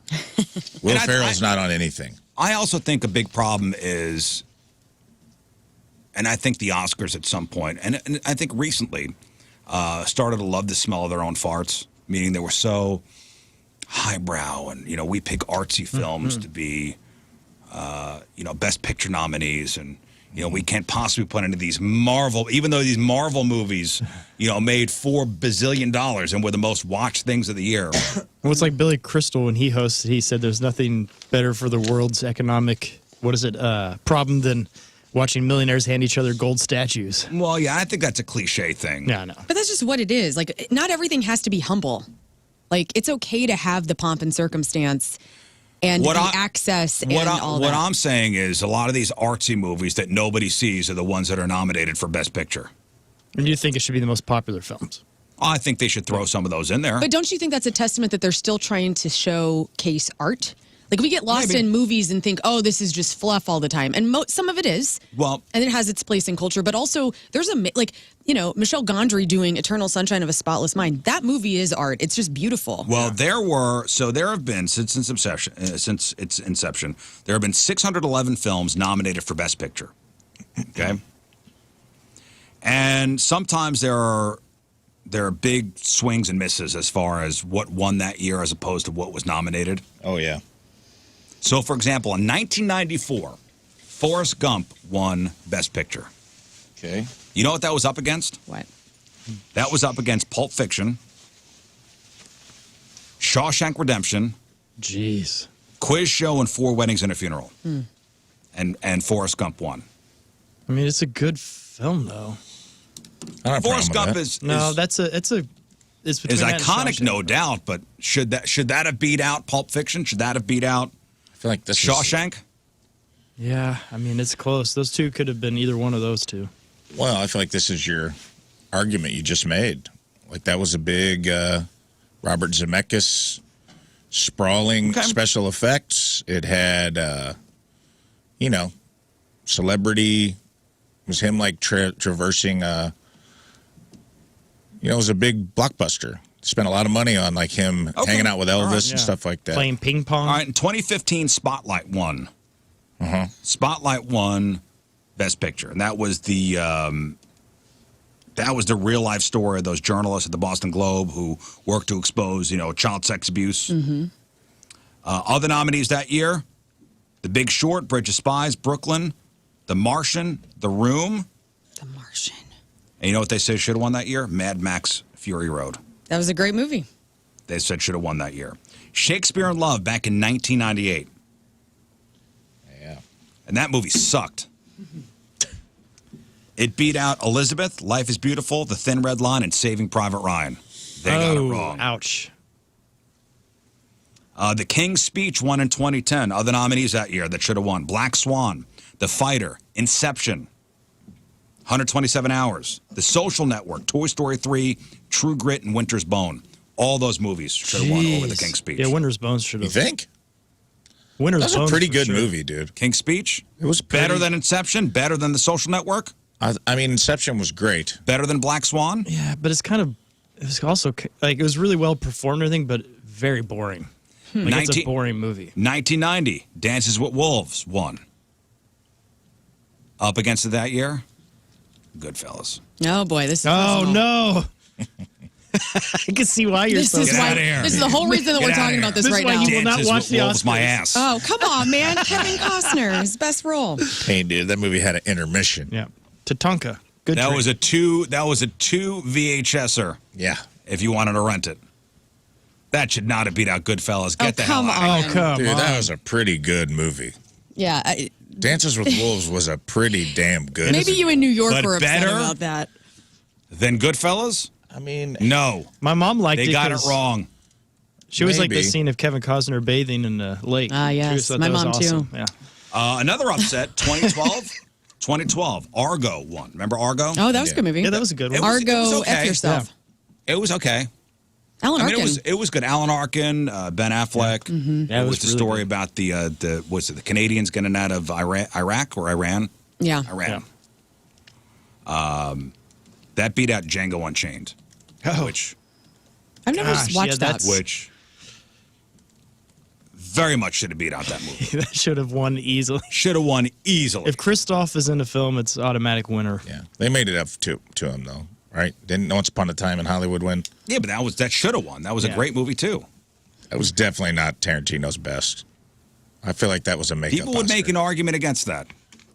But I think they won. The same reason Argo won is the same reason Once Upon a Time in Hollywood won, because it's Hollywood people up their own ass. It's a film about Hollywood people doing Hollywood things, being Hollywood heroes. Argo was about like them going in and making a film, and people from Hollywood saving these, like tricking, that wasn't Iran I they think went it was, into. yeah. And they like got hostages out, and it's like, look, actors are heroes. And same Look at thing. Team They like America. rewrote history to where an actor saved Sharon Tate. I loved that, though. I loved it too, but Yeah, I'm it was saying like fun. the reason it won is like there is a little bit of smelling their own farts. Yeah. Like if usually films about Hollywood? cinema and Hollywood do well at those award Yeah. shows. And I train my dog to, when I go, she gets up and moves. And kill somebody? Yeah. Nice. Simon says, for the last time, Goodfellas is just an okay movie. 3 out of 5 stars if you're not Italian. Oh, my God. Simon? Let's not ruin a weekend Simon? here. Oh boy, I don't want you listening to the show anymore, okay? you're gonna get fired. You are dude. fired. Not even I would You've say been that fired. to Riz. Can't believe I don't we want you went there. listening to the show anymore, okay? Damn it, Simon. Go listen to Courtney. Go listen to Court, which is also a great show. All I right. saw something the other day. About Goodfellas? Yeah, Yeah, let's have a 10-minute on a movie that's 30 years old. Remember It's 35 when? years old. All right, today is February 28th. Back in the day, 176 years ago, 1849, the first ship full of gold rushers arrive in San Francisco. 42 years ago, 1983, at the end of the 11th season, the final episode of MASH airs on CBS. It was a special 2.5-hour finale watched by 106 million people. A record 77% of the TV viewing audience watched that show. Most of them dads. Is that the highest percent of 70 TV viewing ever? I think so. Yeah. 77% of everybody in America who had a TV was watching the MASH finale. That's awesome. Yes, Rafe? this is what it was because it kind of threw me off. Goodfellas is a biographical gangster film directed by Martin Scorsese based on the Henry Hill's Rise and Fall, based on the book Wise Guy by Nicholas Pileggi. Pileggi, yeah. Pileggi. The movie My Blue Heaven with Steve Martin. Yeah, which is great. Steve Written Martin by Nora and Rick Moranis. Ephron, based on the same book. Yeah. Just a What? different They say angle. it's almost a continuation because Steve Martin's character is in witness protection. No and Rick way. Moranis is the FBI agent assigned to him. Yeah. Wait a That minute. kind of blew me away. Are Did you Steve kidding Martin me? have dark hair and is Italian and we just don't know? Or No, they say the movies are connected. They are Nora never knew Ephron that. was his wife. Was married to the guy who wrote it. Oh, Pileggi? Yes. Oh, I didn't know that. Screenplay written by Pileggi's then wife, Nora Ephron, who's an amazing screenwriter and playwright, wrote. And Nora Ephron wrote like Sleep in Seattle and, a lot of these, rom-coms. Joan Cusack. I got it. Oh, dude, that's a great movie. I've never seen it. Oh, My Blue Heaven, it's great. I know, I So don't know Steve why I've Martin is a missed that. gangster who is in witness protection out in rural wherever. Rick Moranis is the square FBI agent that is assigned to him to make sure that he stays alive to testify against the mob. That is awesome. And it's a comedy. And with Joan Cusack, she's one of the funniest females I think of all time, and just performers. It's just in general. funny to have two wildly, tonally different movies made from the same that source is material. so neat. That is all neat. right. You've never seen My Blue Heaven? Do a whole weekend with Oh, these it's two. great. I'll add it to the list. It is great, that movie. 41 years ago, 1984, Michael Jackson wins a record 8 Grammy Awards, including Album of the Year for Thriller, Record of the Year for Beat It. The Police won for Song of the Year with Every Breath You Take, and Culture Club wins Best New Artist. 36 years ago, 1989, Coach, starring Craig T. Nelson, debuts on ABC. That lasts till 1997. 32 years ago, 1993, a 51-day standoff in Waco, Texas begins after 4 federal agents and 6 Branch Davidians were killed during a raid as agents tried to serve warrants to David Koresh and his followers. 29 years ago, 1996, who becomes the youngest artist to win Grammy of the Year? What year? 1996. Who becomes the youngest artist to win the Grammy for Album of the Year? So artist or artist? This person becomes the youngest artist to win the Grammy for Album of the Year. Is it Brandy, maybe? It is Alanis Morissette. Alanis who was Morissette. 22 years old at the time. She wins Album of the Year for Jagged Little Pill. That record held until 2010 when a 20-year-old Taylor Swift wins. God, that record from Alanis is so good. And the fact that she was just 20 years old. Like, I didn't know writing she was so young. Yeah. I mean, it makes sense. Holy smokes. She's incredible. And 12 years ago in 2013, Pope Benedict XVI broke tradition and resigned from office. He was the first pope to do so in almost 600 years. And now we have Pope Francis. Yeah. Hey, the other pope went to work at Best Buy, which was really He cool. did, yeah. He was Pope Emeritus, went to work at Best Buy until his death in 2022. And that's what happened back in the day. All right. Time to find out what's going on in the world of music and entertainment with your Crap on Celebrities. And we start with this. An upcoming underground auction goes live on March 6th, and some of the items that are hitting the block are pretty cool. And one thing in particular is very interesting, some of Kurt Cobain's hair. It's the Punks, Monsters, Smut, and Madmen, the countercultural cross-section auction that has an early bid of more than $300 for the late Nirvana frontman's hair. Weird. It is weird. So the way that the hair even got to this place that it's in is because Kurt Cobain's barber back in 1989 kept some of his hair that he was cutting. How would he know that in 1989 this man would be famous a couple years later? Maybe he had a weird thing where hot guys sat in his chair and he just kept the hair. So in 1989, Kurt Cobain was not famous. Right. But he's a musician. Yeah, what was at the time. band?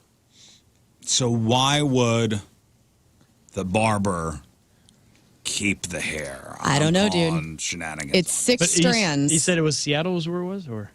Yes. 6 strands of hair. They were 6 kind of strands. dominating Seattle at that time. So this has already gone through auctions before. It sold for $14,000 in 2021. 6 You have that strands amount of money. hair. I guess so. Also, late punk star Gigi Allen's used undies, complete with a signature in blood, are also up for auction. That's cool. As well as a CD signed by the Church of Satan founder Anton LaVey, and original art from The Simpsons creators, and more. So if you are into counterculture and you are excited by this and you got a ton of money, pottersauctions.com. Jeff Bezos' Blue Origin space project is going to have some special passengers on its next mission. This is awesome. Katy Perry, Gail King, Bezos' fiance Lauren, they're all headed to space. So the flight is going to include aerospace engineer Aisha Bowe, civil rights activist Amanda Nugent, and then film producer Carrie Ann Flynn. Okay, when they Sending say the ladies. space, it's quote-unquote space. They don't go all the way up there. They're going up there, though. They're doing exactly what. Remember the space girl that went up there and had lost her mind? Again, it's, kind of space. Like zero gravity? Yeah. You're acting like this isn't a big deal. Kind of space. I would love it. That'd be a cool thing to do. At I'm excited. 39. And Gail King's going up there. That's sweet. Should we bet on if the blinker's on the whole What's the time? line? It's the Carmen line, right? Is that when it's space? I'm not sure, man. Carmen line? Is that The what you said? Carmen line is the point where it becomes space. Do they get to that line? Because I'm calling shenanigans. They go out to look at Earth. I mean, what is going to make this cool for you? Like actually getting out of the Earth's atmosphere? Get me out there. Okay. I still think it's neat. Billy Joel took a nasty fall on stage in Connecticut on Saturday. The 75-year-old was performing at Still Rock and Roll to Me. He was up there twirling his mic stand in the air, and then all of a sudden fell on his back, and it was like a turtle. He was like a turtle. He was like a turtle, and then he got up and he kept batoning the microphone stand, and I was like, let's just cool it, okay? 10 minutes above the Carmen line, for what that's worth. That's where they go? Yeah. Okay. Apparently. Sorry. All right. All right. Give him space. To give There him you his go. Counts. Whoa. They spend 10 minutes above it. Very good. Like Riz said, the 97th Annual Academy Awards takes place this Sunday with host Conan O'Brien. Amelia Perez leads the way with 13 nominations, while The Brutalist and Wicked are both up for 10 awards, so tune in this weekend. Sharon Stone has been cast in Season 3 of Euphoria. No details really about her character, but I'm excited. I mean, this is such a I dark don't know that show. teen drama, and who doesn't want to see some Sharon Stone? So it will premiere in 2026. Oscar Nunez, who is Oscar Martinez from The Office, is headed back to The Office. He's going to be playing kind of a spin-off version of Peacock's new series, which is currently in development, has a working title of The Paper. So this is a spinoff of The Office. It is. Dang. And series creator Greg Daniels previously expressed interest in continuing Oscar's story on So the of show. all the characters, Oscar is the one that moves on. Right. Huh? Who else would you want to see? I mean, I want to know what Jim and Pam are up to forever. That'd be a fun one. Oh, and I want to know what Michael Scott and Holly are up to. Like, did Michael Scott have all of his kids? They were so cute. Yeah. Yeah. That'd be I know. fun. They, of all the periphery characters, like Jim and what? Pam were the main ones. Creed Bratton should have like a Creed. drama. Creed Bratton would be the one. He'd have like a Breaking Bad, like make it serious though, like where he goes off on crime. He's the Scranton Strangler, right? Yeah, I think so. Heavily implied, yes. I could be. I love that. It'd be cool to see that character like accidentally rise to, like the CEO of a big company. Yeah. Just like through complete mishap and misfortune and luck. That'd be great. Listen, Dwight, Pam, Jim, Michael Scott, it's fine. Those are the main characters. Yeah. I want to see what Kevin's up to. I could have seen What is him- Kevin yeah. up to? Dwight would be Phyllis. I could have seen him doing something with Andy. Just because Ed Helms is a big enough star that Could carry something. he could carry it. Yeah. God, that show's so good. But so Oscar's the guy, huh? Oscar will be the guy. Or Toby. And it's called The Paper. In theaters this weekend, Last Breath, starring Woody Harrelson and Simu Liu, is a true story that follows seasoned deep-sea divers as they battle the raging elements to rescue their crewmate that's It's a trapped true hundreds story, of right? feet. It is a true story. 76% on the tomato meters.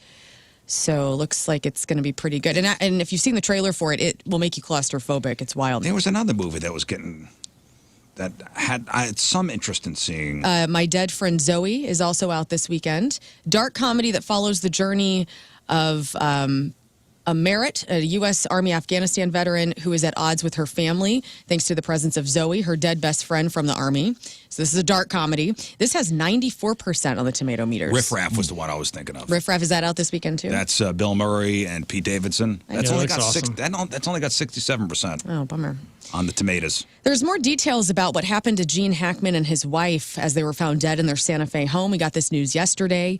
They had been dead for quite a while, according to Santa Fe police. Authorities say there were no signs of injury, but deemed the deaths suspicious enough to investigate, and now they have not ruled out Well, foul play. and you know what's crazy is they jumped the gun with the nothing suspicious about this. So Yeah, which led that was people to weird. think, it's probably carbon monoxide, especially since there was a dead dog. Right. I like how they said nothing suspicious, but yet they walk up, there's a front door staying wide open, and Well, that detail was not available first thing in the morning. What was only put out there was Gene's dead, the wife's dead, the dog's dead. Right.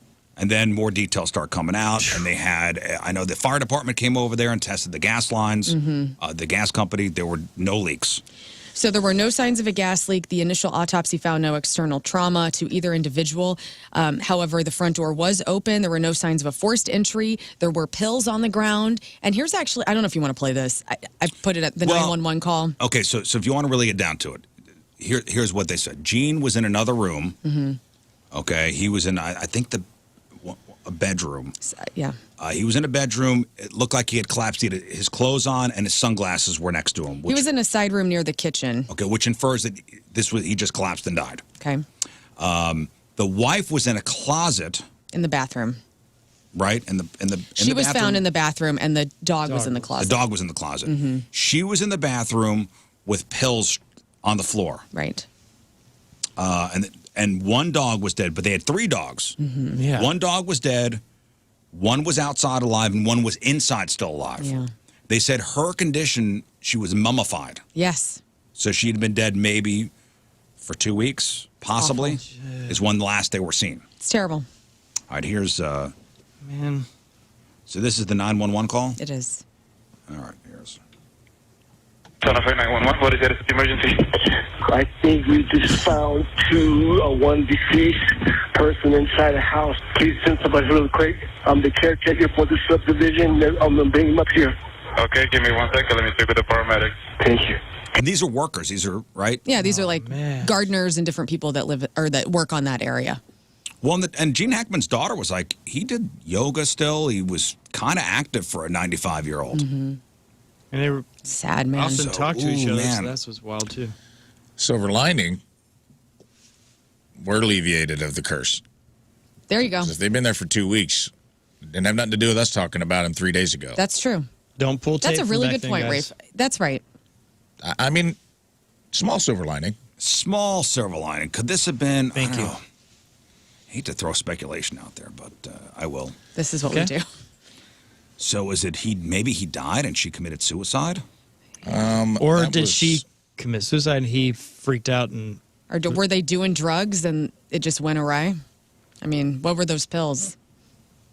I don't know. Maybe the dog took one of the pills were out and the dog ate one of the pills. The dog was in a closet, which is so weird. That's the weird, odd thing to me. Well, we assume it's like a closed door closet. I think it was an open door closet and the dog just maybe collapsed in there if they ate the pills. If they ate the pill. Okay. I don't think it was like locked in the closet, or at least I hope not. There were 2 live animals on. One was outside and one was inside. So a live animal inside, live animal outside, and the dead dog inside. Mm. Oh, man. It's a bummer, dude. And they're not going to know until a couple weeks until they do the autopsy thing. So.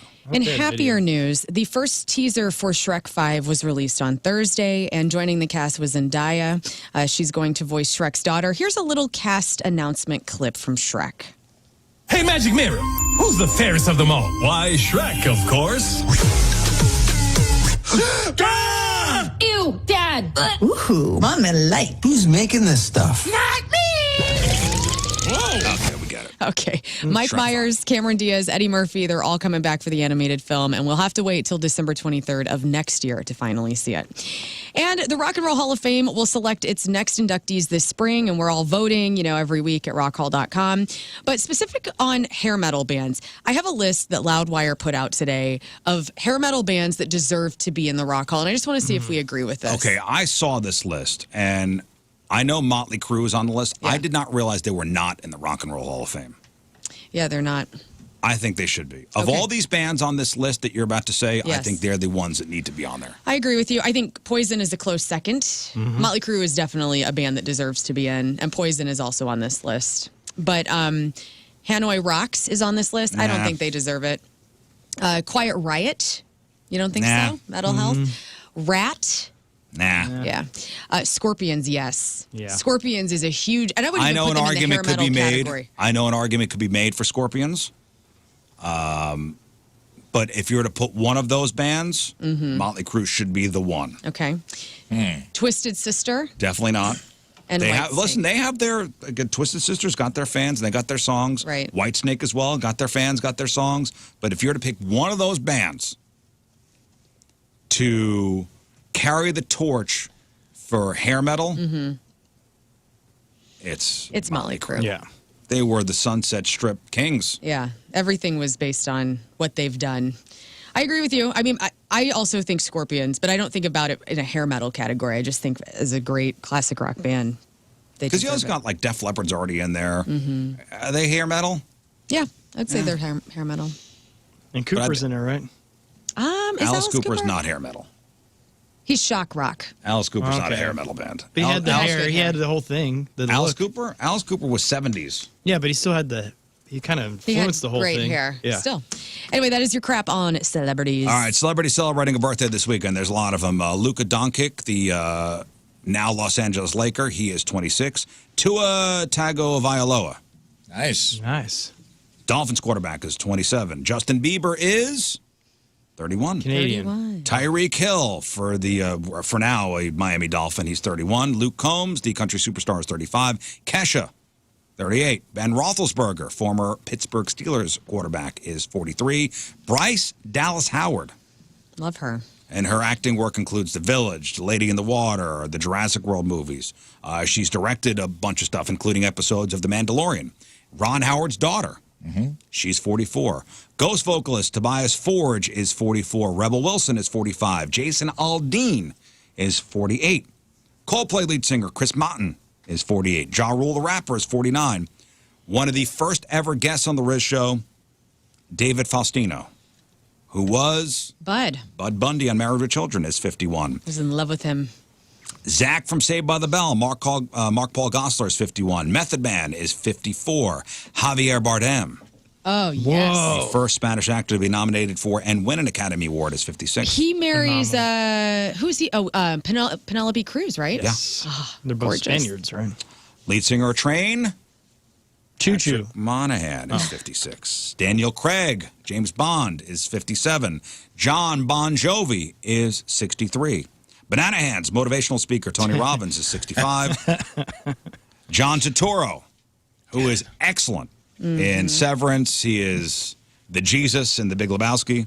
He is 68. Saw a great clip of him talking about Chris Walken yesterday, about working all this stuff, and he goes, he's like a child, and he goes, I like working with him because he's the only honest actor who'll be like, I don't understand what's happening in this scene. Explain it to me. I can imagine him not understanding a lot. He said he's like a baby, and he's like, I want to have sex with you. You want to have sex with me. Give me some action. He goes, oh, okay, I can do that. And he said that, like, he's by far the best actor on set, but has no You got to ego. break it down to the basics for him. And he's like, you literally just have to tell him, like, what are my wants in this scene? The original Daisy Duke, Catherine Bach, is 71. So it was Bryce Dallas Howard's birthday and Ron Howard's birthday this weekend. Whoa. He is 71. And Who singer Roger Daltrey is how old? Ooh. 78. Wrong. 81. Right. Wow. Oh, nice. I have one to add. Today's my dad's birthday. Oh, and he would happy still be birthday, alive Mr. had he not have King. passed away. Happy heavenly birthday to King Scott Sr. Today's porno birthday, which is being brought to you by Patricia's, where fun and fantasy meet, is Dominica Leone. And today's birthday girl has been in 378 fine films, including All Tied Up, Asses Galore 10 and 14. She was in a movie called Ballbuster, Butt Plumbers 3, Dead Men Don't Wear Rubbers, It Ain't Easy Being Sleazy 2. What Learn's going to do next month is a movie called Smoke and Crack. That's right. Put that on my tombstone. Dead Men Don't Wear Rubbers. Yeah, dude. I just want somebody walking through the graveyard to see that. Be like, what the hell is this guy all about? She was in a movie called Wax That Ass 4 and Who Can Forget a Role? In 2007, and I got to sing this one. Go. Fly me to the poon. Nice. Frank. Let me sit amongst the scars. Oh.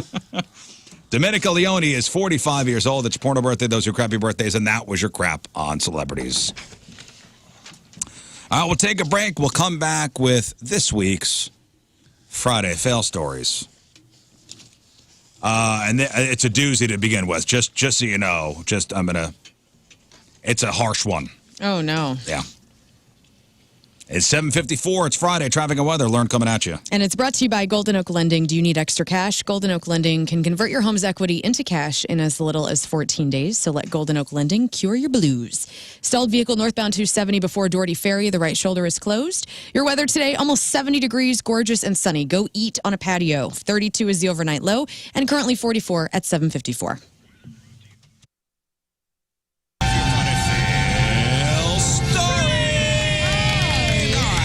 People thought they had the perfect plan, but somewhere along the line, man, that plan went completely sideways. And it became an Uber.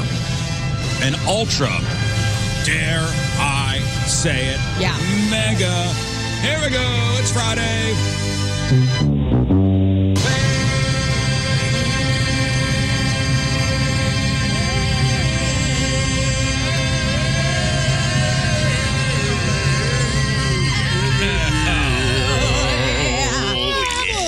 Failed. All right, some vocal gymnastics today. Nice. Wowee. Nice. I liked it. That was Spirit. beautiful. That was All gorgeous, of us. Yeah. Friday Fail Stories are sponsored by Mort's Royce Jewelry, the official jeweler of the Rizzuto Show. All right, so we'll start with this one, Band-Aid write-off. It's a tough one. Police in Nova Scotia are investigating after a 28-year-old guy who was in a snowmobile accident died, not because of the snowmobile accident, but because of the fire truck responding to the scene.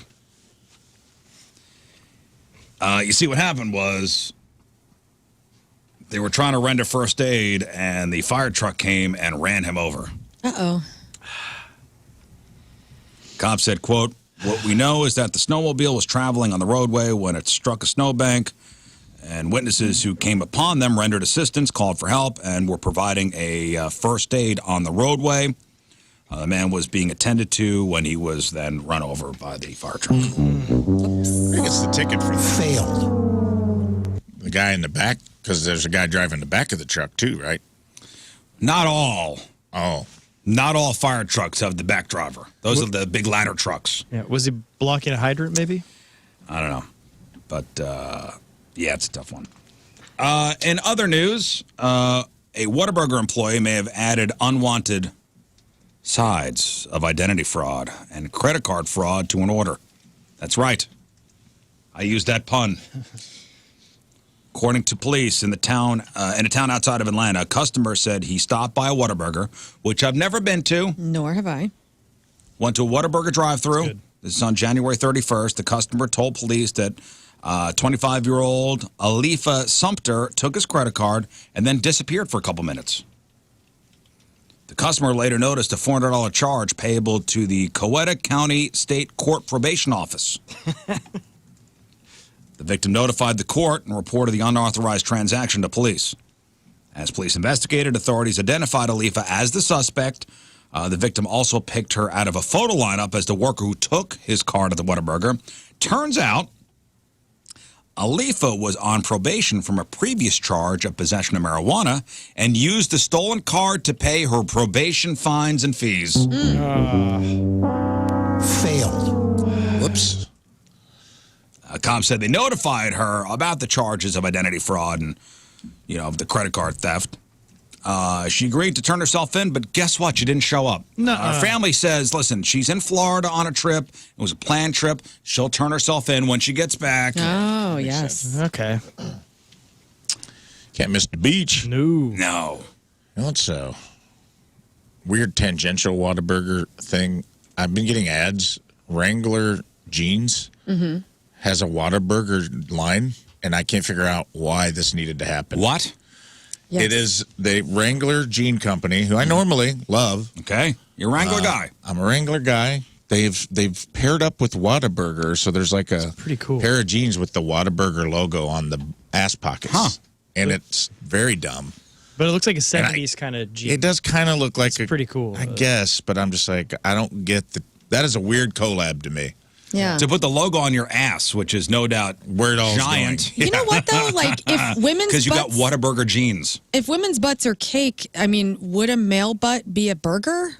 Look at the buns. Whataburger jeans, boots with the fries. There are no Whataburgers here in the St. Louis area. I know in Kansas City there are. Yeah, Springfield. Mahomes bought in. Mahomes bought in. I was about to say it's his favorite burger place. So let's hope maybe one will creep over this way. And by the way, with Wrangler, I think I might be done with them. Why? 'Cause I bought 2 pair, and both of them have ripped in the crotch. Oh, and I have God. Levi's that are like 1,000,000 years old, and none of them have any rips. So I'm like, I'm going back. I'm so sorry for your It's just your loss. penis trying to break through. It's true. God, you become the mayor of Overland and see what happens to you. Yeah. It's crazy. File this under some people just can't be helped. A 29-year-old guy in Vancouver, British Columbia, got sloppy drunk at a wedding last Saturday. People took his keys away, to stop him from drinking and driving. Mm-hmm. This is around 1:45 in the morning. He wasn't happy about it. He started a fight. The cops showed up, arrested him for breach of peace, and drove him home to sleep it off. But instead of just passing out, like he should have, he decided to call an Uber, went back to the wedding to get his car, and drove drunk anyway. He sped by a police station at 3:50 a.m., going twice the speed limit. They clocked him at 76 and a 30. They arrested him again, tossed him into jail to sober up, facing drunk driving charges and lost his license for at least 3 months. Failed. Dang. A Bryan County, Georgia woman is in custody for illegally using funds from a high school soccer team. Scumbag.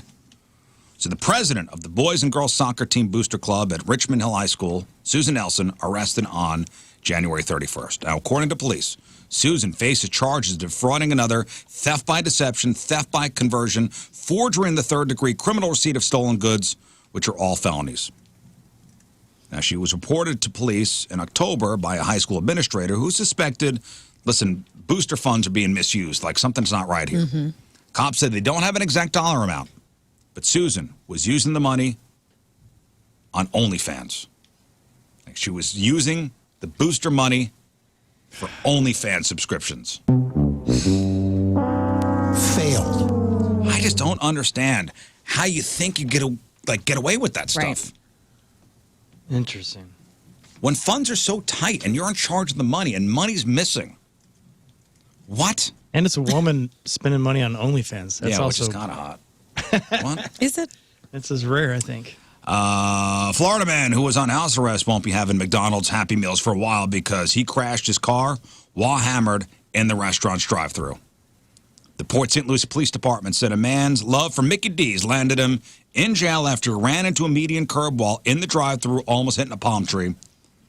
After he was apprehended, police learned he was on house arrest for robbery, so he shouldn't have left the house anyway. He is currently being held at the St. Lucie County Jail. Got it. Failed. Speaking of OnlyFans, if you needed another reason not to buy quinoa, here we go. Quinoa? Quinoa. Quinoa. You know, the mother grain. Absolutely. So a 23-year-old woman in New Hampshire named Kelly Tedford was arrested after she peed on quinoa at a grocery store earlier this month. And made it better. Golly. And it was very intentional. How would you accidentally pee on quinoa? So she reportedly soiled multiple products, including raw walnuts, organic coconut shreds, organic polenta, cornmeal, and 3 types of quinoa. Red quinoa, white quinoa, and tricolor quinoa. Yes. And she recorded herself doing it. Then put all the stuff back on the shelf. Oh. And she posted the footage on an OnlyFans page, which she charges $6 a month for access to. Sounds like cool content. She did this many times, not just at this store, but at other places in the area. Police say she's been posting similar videos since at least 2021. Now, the grocery store was a local grocery store up there in New Hampshire. Lost about $1,500 in merchandise. They have to pay for cleaning costs, probably additional damages at other places. So she's been charged with criminal mischief, which is a felony, and could face additional charges. The investigation's ongoing. Failed. Ouch. Some reports say she was not an employee at that grocery store, but the store issued a statement and said that, well, some people said she was an employee. The grocery store was like, nope. Another report said she worked at a plumbing supply company. I don't know. Well, they should team up with her for an OnlyFans channel and they can earn that money back real quick. $6 a month, man. This is like the lady that was putting her panties in donut cases or whatever. Ah, yes. Remember that? What's up with this? What's this? This is like a new trend. Attack people's food. But people are paying for it. Yeah. And I feel like no nobody would ever pay a dude for this. No one is going to pay to watch us go into a Dunkin' Donuts and throw our tighty whities up in the case. Like that. You is don't know not, that. I'm pretty sure that it would not be. There's some feral if a people guy in did this that, world, dude. I don't think it would be as popular. As I'm long not as saying you there's don't, not a niche audience for there was a everything. thing, and Rafe's talking about, I mean, it was a month or two ago where there was I think it was in Spain, where a hot chick was taking her panties off at various places and hiding them. Mm-hmm. And it was all on video. And she'd be at a grocery store and she'd put them where, like, you know, the donuts were. And she was gorgeous. Or she would take her panties off and put them in the freezer section somewhere. And guys like, hot. If a dude did this, death penalty. Yes and no. Yes, 1,000,000%. I mean, as long as there's no like skid mark situation, I think it doesn't matter. All right. Well, trying to Well, that way you equal know it he's out quick. here. Like, I don't necessarily want dudes' underpants. Like, that's not the thing. Like, when I think of all the male celebrities that I find very attractive, like, I'm not like, ooh, I want their underpants. You know what I'm saying? Mm-hmm. But no, I don't know. Well, like, I still have Fred Durst's water bottle that he gave Now, me. mind you, there are some people like a ew. freak. There are some people like, ew, disgusting, you know, as far as this woman goes. Ew, it's gross, it's unhygienic, I don't want this where I eat. But others like, wait a minute, you know, she's hot. It's panties. Throw a dude in that situation, it's lock him away forever. Yeah. Maybe it's the actual garment, too. You know, I mean, panties are usually gorgeous and Well, it fun sounds like and it's- sexy. Got a point. You guys have just shorts, and it sucks. I mean, underwear doesn't So if I sound put as- on I still don't think if I put on G-strings and whipped them off, took my Adidas track pants off and just slid them off outside of a Dunkin', everyone's going to be like, well, now it's hot. Now it's hot. Because it's Now that it's been up his crack, I'm really into it. Vicky's got good stuff, guys. Now, if you The want to lace stop this panties. stuff, not only do you throw this woman who peed on the quinoa in jail, but you then throw all the people who subscribe to her page in jail as well. Yeah. Yeah, let's Get them all. Get them all and get them out of here. Yeah, because it's ruining quinoa for me, okay? I love quinoa. Round them up.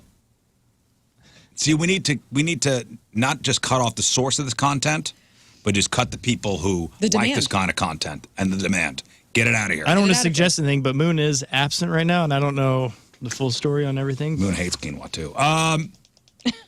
A Collier County, Florida man was arrested on criminal mischief charges after cops say he vandalized multiple cars parked near a restaurant on the Isle of Capri.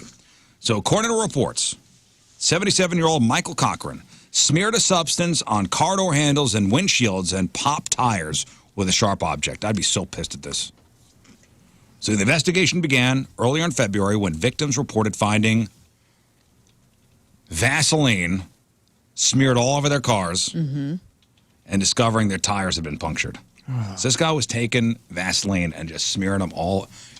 Now, imagine grabbing your door handle, not knowing, and there was just a big glob of Vaseline on your door handle. I've had this done. What? You guys never had anyone Yeah. I had prank you? buddies do that. Yeah. High school, we used to do all kinds of gross There was a car pranks. Casey story from John. He used to tell John. He said that back in the 70s, somebody took bison poop from like Lone Elk Park and smeared it on somebody's door handle that he worked with. And like that's the only time I've ever really heard of somebody doing that. At least. Oh, I've had Vaseline on my door handle. We used to hide catfish. If it was a thing that people did, at least you would know. Oh, I got Vaseline It's on my not hands. common enough, you think? If I went to my car door and just went to open it up and got a glob of Vaseline on my hand and not knowing what it is. Oh, yeah. Oh, dear Barbara. Right. Look at his picture, too. It's not what you expect. Oh, That's the man smearing Vaseline. He's a sweet old guy. Who does he remind me of? Matlock. Matlock's up in trouble now. He shouldn't have retired. Well, not just the Vaseline, it's popping tires, too. One victim reported more than $1,300 in damages. Daddy likes crime. Yeah, this is because people were parked near his house. That's what it comes down to. So he was arrested, faces a ton of counts of a criminal mischief. Oh man. Failed. Maybe those sex parties. That's one way for it to end. Well, you don't give them petroleum, do you? Wouldn't give. Yeah, they have enough. Yeah, you don't Oh, lube my. them up. Keep the lube away from them. It's only deja vu if you remember it, right? So some idiot in Olympia, Washington got 2 DUIs in 2 nights after crashing his car in the same spot twice. So a woman called 911 last Sunday at 9:47 p.m. after the guy crashed into her parked car. She said he seemed drunk, and he was. Breathalyzer clocked him at .31, almost 4 times the legal limit. Cops arrested him, released him the next day. A couple hours later, he did it again in the same exact spot at the same time. Gosh. Cops were dispatched to the same intersection, 9:47 p.m. again. The only difference was he didn't hit a car this time. He crashed into a tree stump in somebody's yard. The same 2 cops arrested him after he blew a .3. The judge upped his bail to $50,000, and the sheriff posted about it on Facebook. He said he's not sure duplicate crimes like this have ever happened in the history of modern policing. Failed. Wow. Man, this story, as somebody who likes to gamble, I don't have a problem, Scott. No, I don't have a problem. I don't have a problem. Yeah, listen, I'll bet on a football Sunday if I go to the casino. Or I've been to a casino at Rafe. You know, I walk away. I'm a walk away guy. Yeah, we both are. We both are walk away guys. The card gets denied. Yep. A gambler may know the saying, "Don't make bets in a burning house," meaning don't double down on a losing hand. But you could also take it as don't gamble in a place you shouldn't be. So a 46-year-old guy won a $57,000 jackpot at a Pennsylvania casino earlier this month, which is a pretty nice chunk of change, 57 grand. But the guy won't be getting any of it because he was banned from the casino by himself. He was banned by himself. Now, check this out. Pennsylvania has what they call a self-exclusion list. Yeah. Which allows people with a gambling problem to block themselves from betting. So they can voluntarily ban themselves from casinos, online gaming, and even fantasy sports. You could, quote, exclude yourself for different amounts of time, months, years, or forever. This guy had self-excluded himself for life. So not only was he denied his $57,000 jackpot, but he was also cited for trespassing at the casino because he put himself on the list. Yeah, man. I think they have that here. I had a friend do that. Oh, really? I never heard of this before.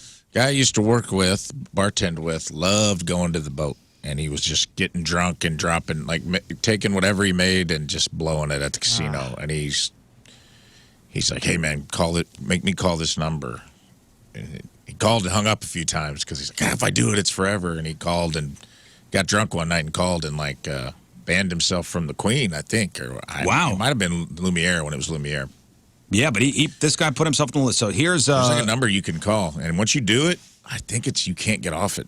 Well, again, you could do it for months, years, or forever. This guy put himself on the list forever. Here's somebody from the Pennsylvania Gaming Control Board explaining. They have an option of 1 year, 5 years, or a lifetime ban. It is enforced if they enter a casino while on the list with penalties for trespassing, and that includes a fine, and also forfeiture of all winnings achieved during the visit. Yep. Oops. Whoops. And they don't return the money you spent, right? No, Scott. No, they keep that. That's weird. They keep that. And finally, Illinois. Oh, you do it in Illinois, huh? Self-exclusion. Illinois Gaming Board self-exclusion list, self-exclusion program. And, yeah, you get a hold of the Illinois Gaming Board. You tell them, "Hey, I got a gambling problem. Ban me from your properties," and they'll ban you from every casino. Not a bad idea. That's pretty cool. Not a bad idea. All right, this is the final story. The only thing worse than having a jilted ex completely destroy your car is having somebody else's jilted ex destroy your car. An 18-year-old woman in Florida, her name is Evelina. She was arrested on Wednesday after she and another 16-year-old girl set out to vandalize her ex's car. She was furious because he still owed her $700 for whatever reason. They spray painted the car. They even threw eggs at it, which is definitely a crime of passion considering the price of eggs these days. Unfortunately for them, They did it to the wrong car. Uh-oh. The car belonged to a neighbor, not her ex-boyfriend. The damage was estimated at about $5,000. There's even more trouble. The deputies caught Evelina driving with 2 open containers of, Four Loko in Plainview. Whoa. That's great. She's been charged with criminal mischief, Good contributing job. to the delinquency of a minor, possession of alcohol under 21, and DUI. The 16-year-old was charged with possession of marijuana over 20 grams. Failed. Here she is being arrested by officers and the man whose car she vandalized accidentally speaking out. You really need to try harder to try to be sneaky because you are god-awful. You guys spray painted the wrong damn car. First of all, I'm not Jason, bro. Like, you know that. I'm Jonathan. That wasn't me. It's crazy, too. Like, they chose the perfect color. The perfect color to pop off of black. You're 18. There's no point to ruin your life this early over a guy. Idiots. Damn. Yeah. And his car's a nice black car, and they spray painted it. It looked like almost a neon yellow. Yeah, it was looks like a bright yellow. Oh, man. Devil. Right? It's so weird. Four Locos about to come up in the E-memorium. Unrelated. Really? Anyone mention it? Wild that came up today. All right, those are your Friday fail stories. E-memorium next. I had a guy. This is a solid friend, and I'm not proud of this, but in Carbondale years ago, after a bar night out, my friend was in an alley, like, arguing with this girl he was dating on a phone. And me and 3 other drunk friends just started, like, soaping and egging cars in the parking lot. Just to be idiots. And we did it to the girl's car who he was arguing with. And he's like, oh, my, this is her car. She's going to think I did this. Like, I'm outside of her house having an argument with her, and she's like, I don't want to talk to you, Brian. Go home. And we were just being idiots. Yeah. And, dude, he didn't sell us out. She blamed him for it, broke up with him for it. That's a good dude. Didn't sell us out. Solid guy. Wow. That's a real mensch. Solid move. All right, 8:25, Friday, traffic and weather. We'll learn coming at you. And it's brought to you by Golden Oak Lending. Do you need some extra cash? Golden Oak Lending can convert your home's equity into cash in as little as 14 days. Let Golden Oak Lending cure your blues. We have an accident westbound 40 past McKnight. The left lane is closed. There are 3 lanes open. Today, high near 70, gorgeous. 32 is the overnight low. Right now, it's 45 at 8:25. Hey, make sure you check out Riz Olympics episode number 1 available on the Points YouTube page. We're over at the Gateway Kartplex, the premier go-kart racing track in St. Louis. See all 5 of us go head-to-head. It's the first episode of the Riz Olympics now on the Points YouTube page at 1057thepoint.com, presented by DraftKings at Casino Queen. Play, stay, and dine. Visit DraftKings at CasinoQueen.com for special promotions. I guess this is a good thing. You know, I haven't been on a job interview in a long, long time. Like, it's been 23 years since I've been on a job interview.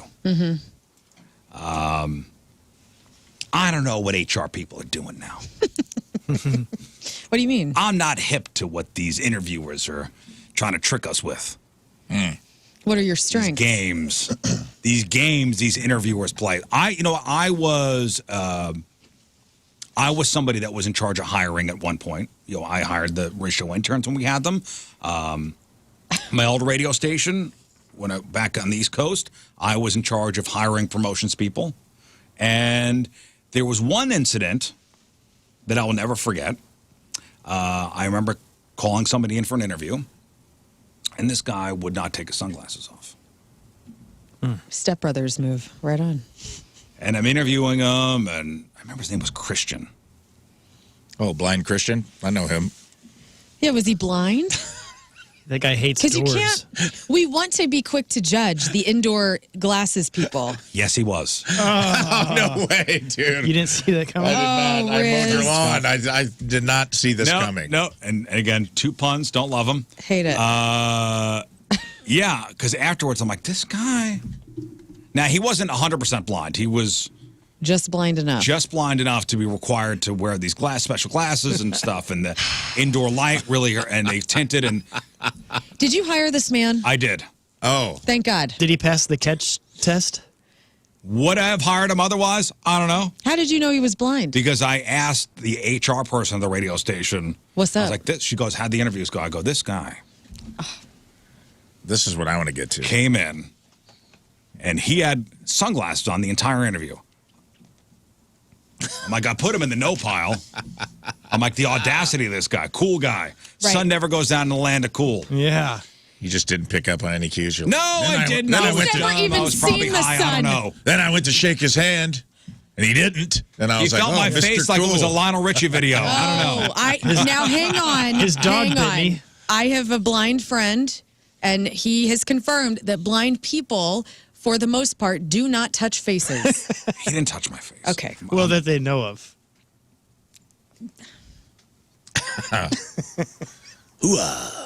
An HR lady was like, yeah, he was blind. Damn, bro. Now we have to hire him. Ah, man. He's hired. He wound up being a great employee. And he That's was- great.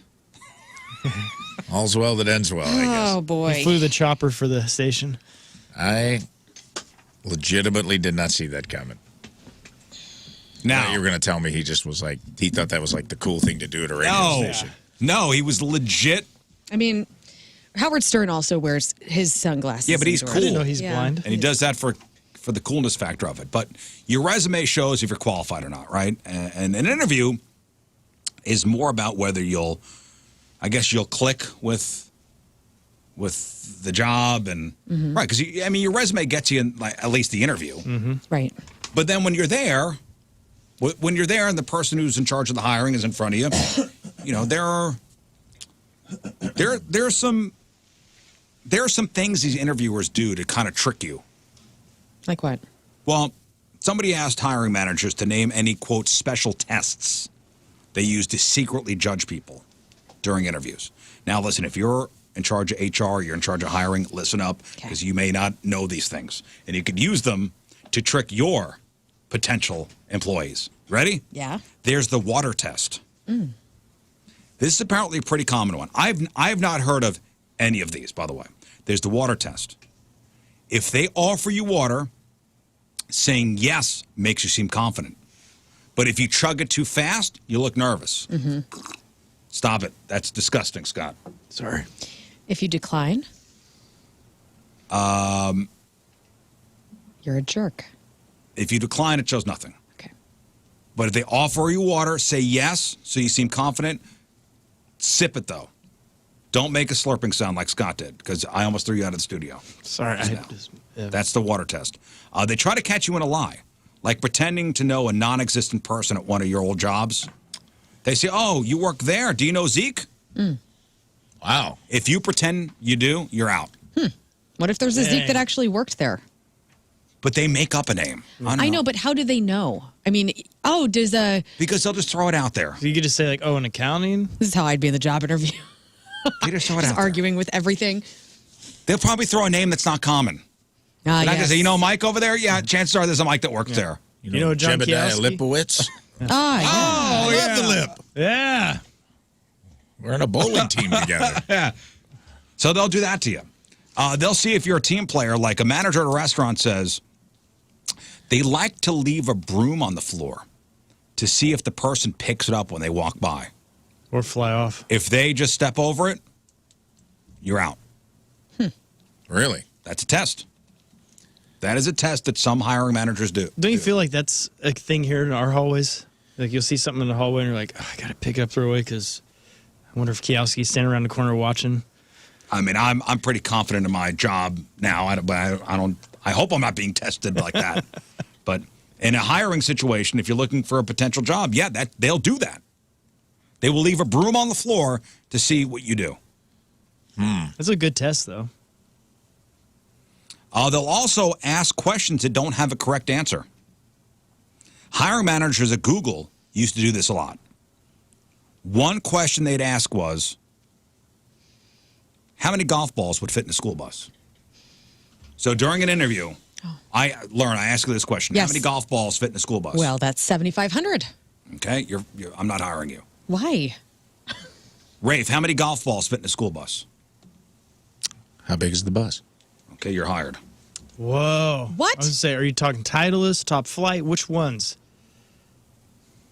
You need to know the exact size of the bus and do a lot of math. So the real reason they asked you was to see if you would, like, learn, just toss out a number, or would you think it through and explain why? Or would you or would you think it through and explain why a right answer is not possible? Like, that's a test. I don't know, man. I'm creative, and in my heart, 7,500 golf balls fit into a bus. Well, you could take your creativity somewhere else. I will take. You know what? I am taking it somewhere else. I don't want this job. Thank you. You could say one, unless it's like sucks. a tiny little. It could be a Hot Wheels bus. I guess that wouldn't fit. That's interesting. It's also like, why are we doing this? Why are we playing mind games with people? That doesn't sound like a Power trip. I have heard I don't think it's a power trip. It's just somebody that's going to be. What is this utilized for? Like, if you can't find out somebody's personality by just having a conversation with them, this all leads to finding out the personality. The broom test is a definite personality. Yeah, I have heard of I've seen it done in universities and job interviews where, like, a university professor, like, somebody comes in to empty the trash every day. Thank you, Jose. Thank you, Jill, whatever the name is. And then when the final comes around at the end of the semester, it's one question: what was the janitor's name that's been emptying our trash? And the lesson is, like, treat everybody. Everyone's job is important, and if you don't take the time to learn everyone's name, and then you treat them as if they're not important because they can't help you, that it's a bad leadership quality. It's like a business school thing, and there's some people that do that in job interviews. They'll have somebody come in and empty the trash and say thank you and call them by name, and at the end of the interview, be like, what was the person's name? Wow, it's wild. See if you have 50 job applicants and you have one job open, I need something to get down to the person that I think should work here. What happened to merit? This is part of it. This is part of the merit. That's your experience is the merit. Do you have enough experience to work in this job? Let's say, well, you got the interview because of your experience, which I read on your resume. Yeah, but you could BS that too. Well, that's why I use these tests. I don't know, man. I liked my creative answer. I'm a little triggered that I didn't get the job. I'm a little upset. Well, if you're hot, you just get hired too. Well, cool. Well, and also the other thing is that several people say they always ask the receptionist how the person treated them when they came in. Yeah, that's kind of the same thing. So it'd be nice, or you might ruin your chances before the interview even starts. Yeah. Everything. Might even ask you the receptionist's name. Same principle of, like, are you only interested in, ladder climbing? Are you that person? Are you are you a narcissist? Are you only interested in people who can help you, and that people you perceive that cannot help you are not worthy Dude, of I'm your just time? nervous trying to get a job, dude. I've been out of I know, it. that's the bad I'm just trying to. That's the bad part of it. I have IBS right now. I just really want this job, Be yourself and don't lie. There is no Zeke that works here, okay? I still can't And of remember the course they would bussy pick the broad's broom name. up. Dude, I can't go to a stupid store without, like, fixing things. But I want to hire you then. Okay. I don't want to hire the person that walks over the broom. I want a real go-getter. Well, they're in a hurry to get the job done. They don't have time to waste on something that's not their job. Again, where is the bathroom? I just am nervous. You're Pottery Barn material. Thank you. Oh, I love Pottery Barn. I've been I don't know why. I don't know if it exists still. I love them. I've been in job interviews where they, like, I do kind of hate it, though. Like, some of the questions are dumb, or they ask, like, you get a panel interview, and I did that at Wash U, and they were, like, pounding me in this panel interview. It was like the last real interview I ever had, other than here. Tommy just made me kiss him, and I got the job. Right. With tongue. Yeah. Which is how I got the job. Which was nice. Yeah. He laid down. The Sleeping Beauty thing was a little over the top when he laid down. But other than that, it was fine. And they would, like, ask, besides the spirit animal questions and all that's, like, those abstract questions, they would, like, rephrase a question. They'd ask you the same question, like, over and over. You know what I mean? They'd rephrase it to see if you changed your answer. I guess to test if you lied. Right. No. It could be something as simple as, like, what was your longest place of employment? You'd be like, oh, I worked at Rent One or whatever for great. And then, like, 10 questions later, they'd be like, what's the longest you've ever worked at a job? What job was it? They would, like, repackage and rephrase they'll try to tie you up. Yeah. That's what a good good hiring manager. Oh. You gotta weed out. Yeah. The turds. You got to weed out the turds. The impressive interview I had once is probably the last real job interview I've had. Was at a Guitar Center, and he was reading. He's like, "Oh wow, you've done costumer service or whatever," and I was like, customer service is what I meant to write on there, and I still got the job though. It was awesome. Cool. It's like, I like rock and rollers. That's why Guitar Center is in trouble. All right, it is Friday. It's time for Rafe Williams in this week's E-memorium. Indeed. Speaking of weeding out the turds, let's weed them out right now. This week's E-memorium brought to you by us, The Riz Show. For those of you unfamiliar, the E-memorium is a lot like the Oscars in memoriam, where we say goodbye to people we lost, whether it be real Hollywood legends or just people we pissed off, or sometimes ourselves. Plenty of emails, plenty of hate to sort through, plenty of foot in our mouth moments. So let's get started. First up this week, Riz's faith in the service industry. R.I.P. to Scott Rizzuto's Sunday night waiter, who literally ruined Riz's life.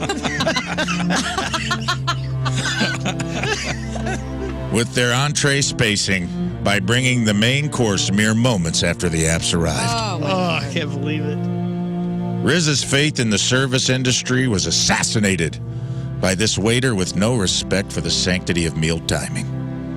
A culinary war crime so egregious it shattered the very fabric of Riz's dining etiquette and left one man, our dear Papa Riz, broken, betrayed, and questioning the very concept of human decency. Well, I'm not going back to this place, to tell you that. They lost my business. That's right. They lost it because he said, and I quote, "This is a flagrant violation of the Geneva Convention of Fine Dining." And when Riz, the brave, oppressed diner, the voice of the forgotten many, tried to advocate for justice for those at his table, he was met with a cold, soulless void of zero eye contact. The waiter, this brutal dish-tater, this ruthless Stalin of servers, dropped a limp, "Sorry!" That's exactly the way it sounded, too. "Sorry!" With all the sincerity of a customer service chatbot, and then had the audacity to turn his back to Lord Riz, presenting his buttocks like some culinary anarchist mocking our fallen hero. Riz's faith in humanity gone, like the fleeting moment where he thought he'd actually get to enjoy his mozzarella sticks in peace. Gone like the trust he once had in the noble art of food pacing. The world is a little darker now. Somewhere a plate of rapidly cooling steak and mashed potatoes sits alone, a symbol of injustice. To Riz, a victim of appetizer genocide. May his suffering never be in vain. Bye-bye. Speaking of suffering, next up, Plain Dead. We were a little insensitive this week when we found out someone died on a plane and they put the body in an aisle seat. Yeah.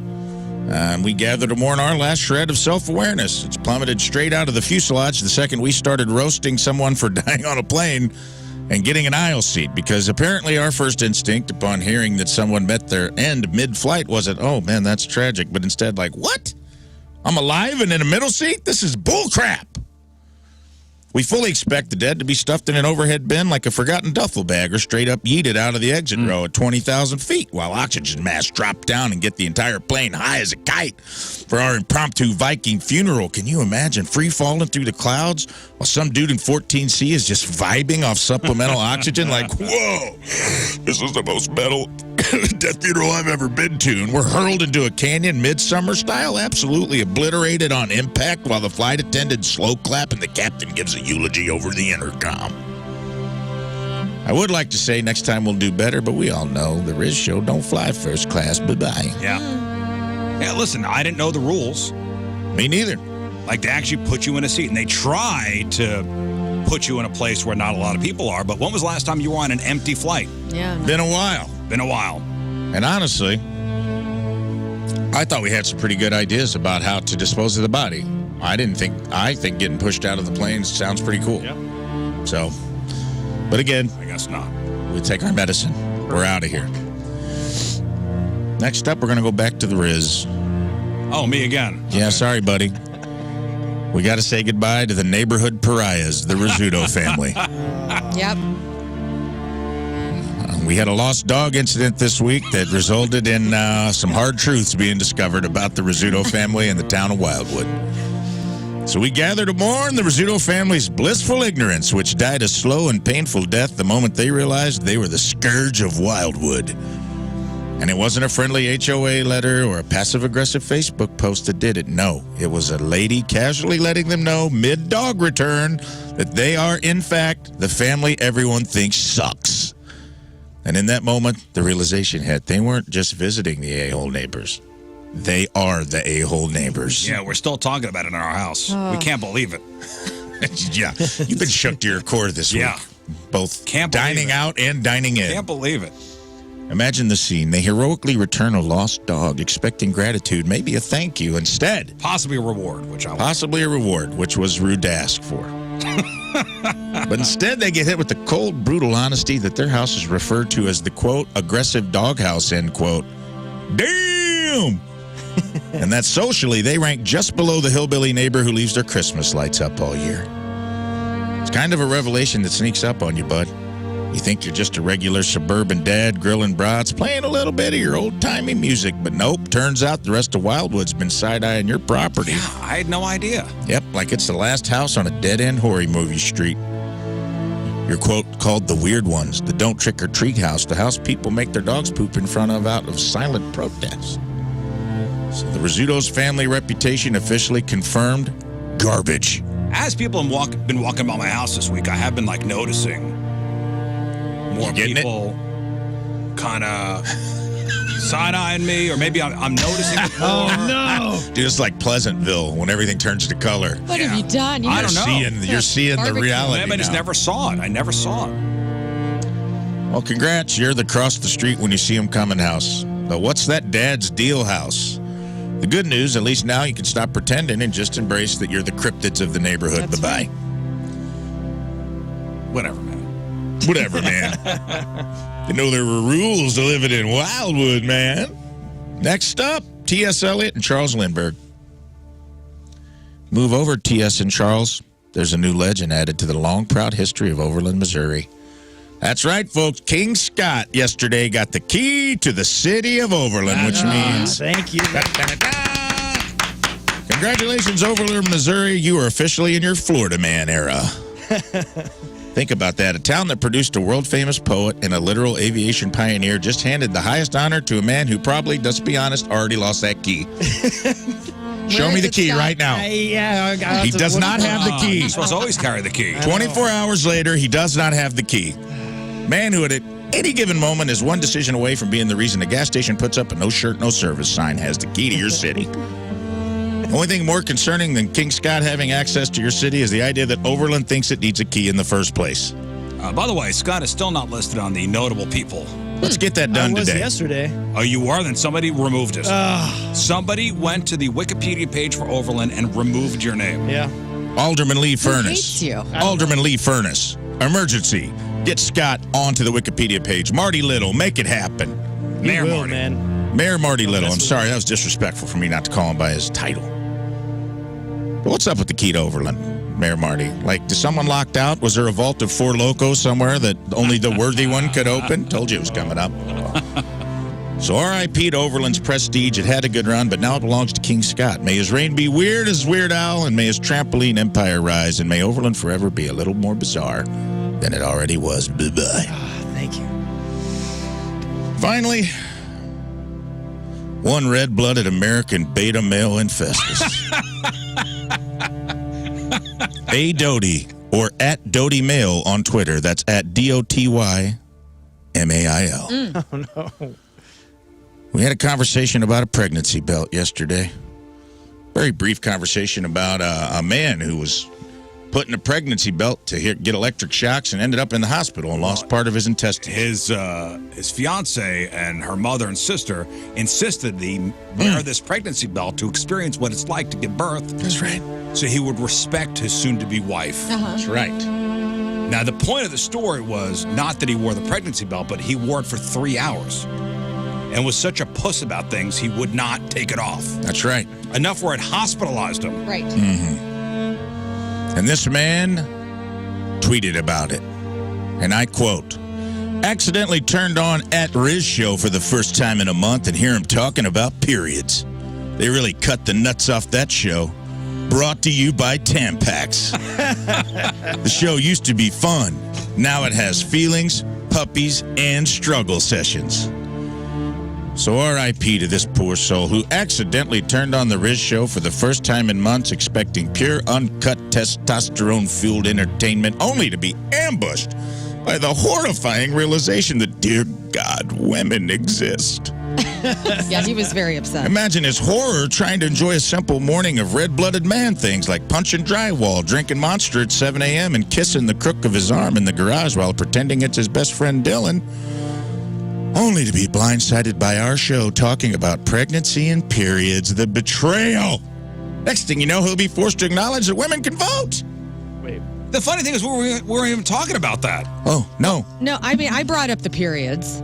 Briefly. But I have one, and a lot of our listeners do, and it's normal. Exactly. This is after we spent a half hour talking about a guy who Oh, had it's sex about with to a come up. Metrolink. Okay, sorry.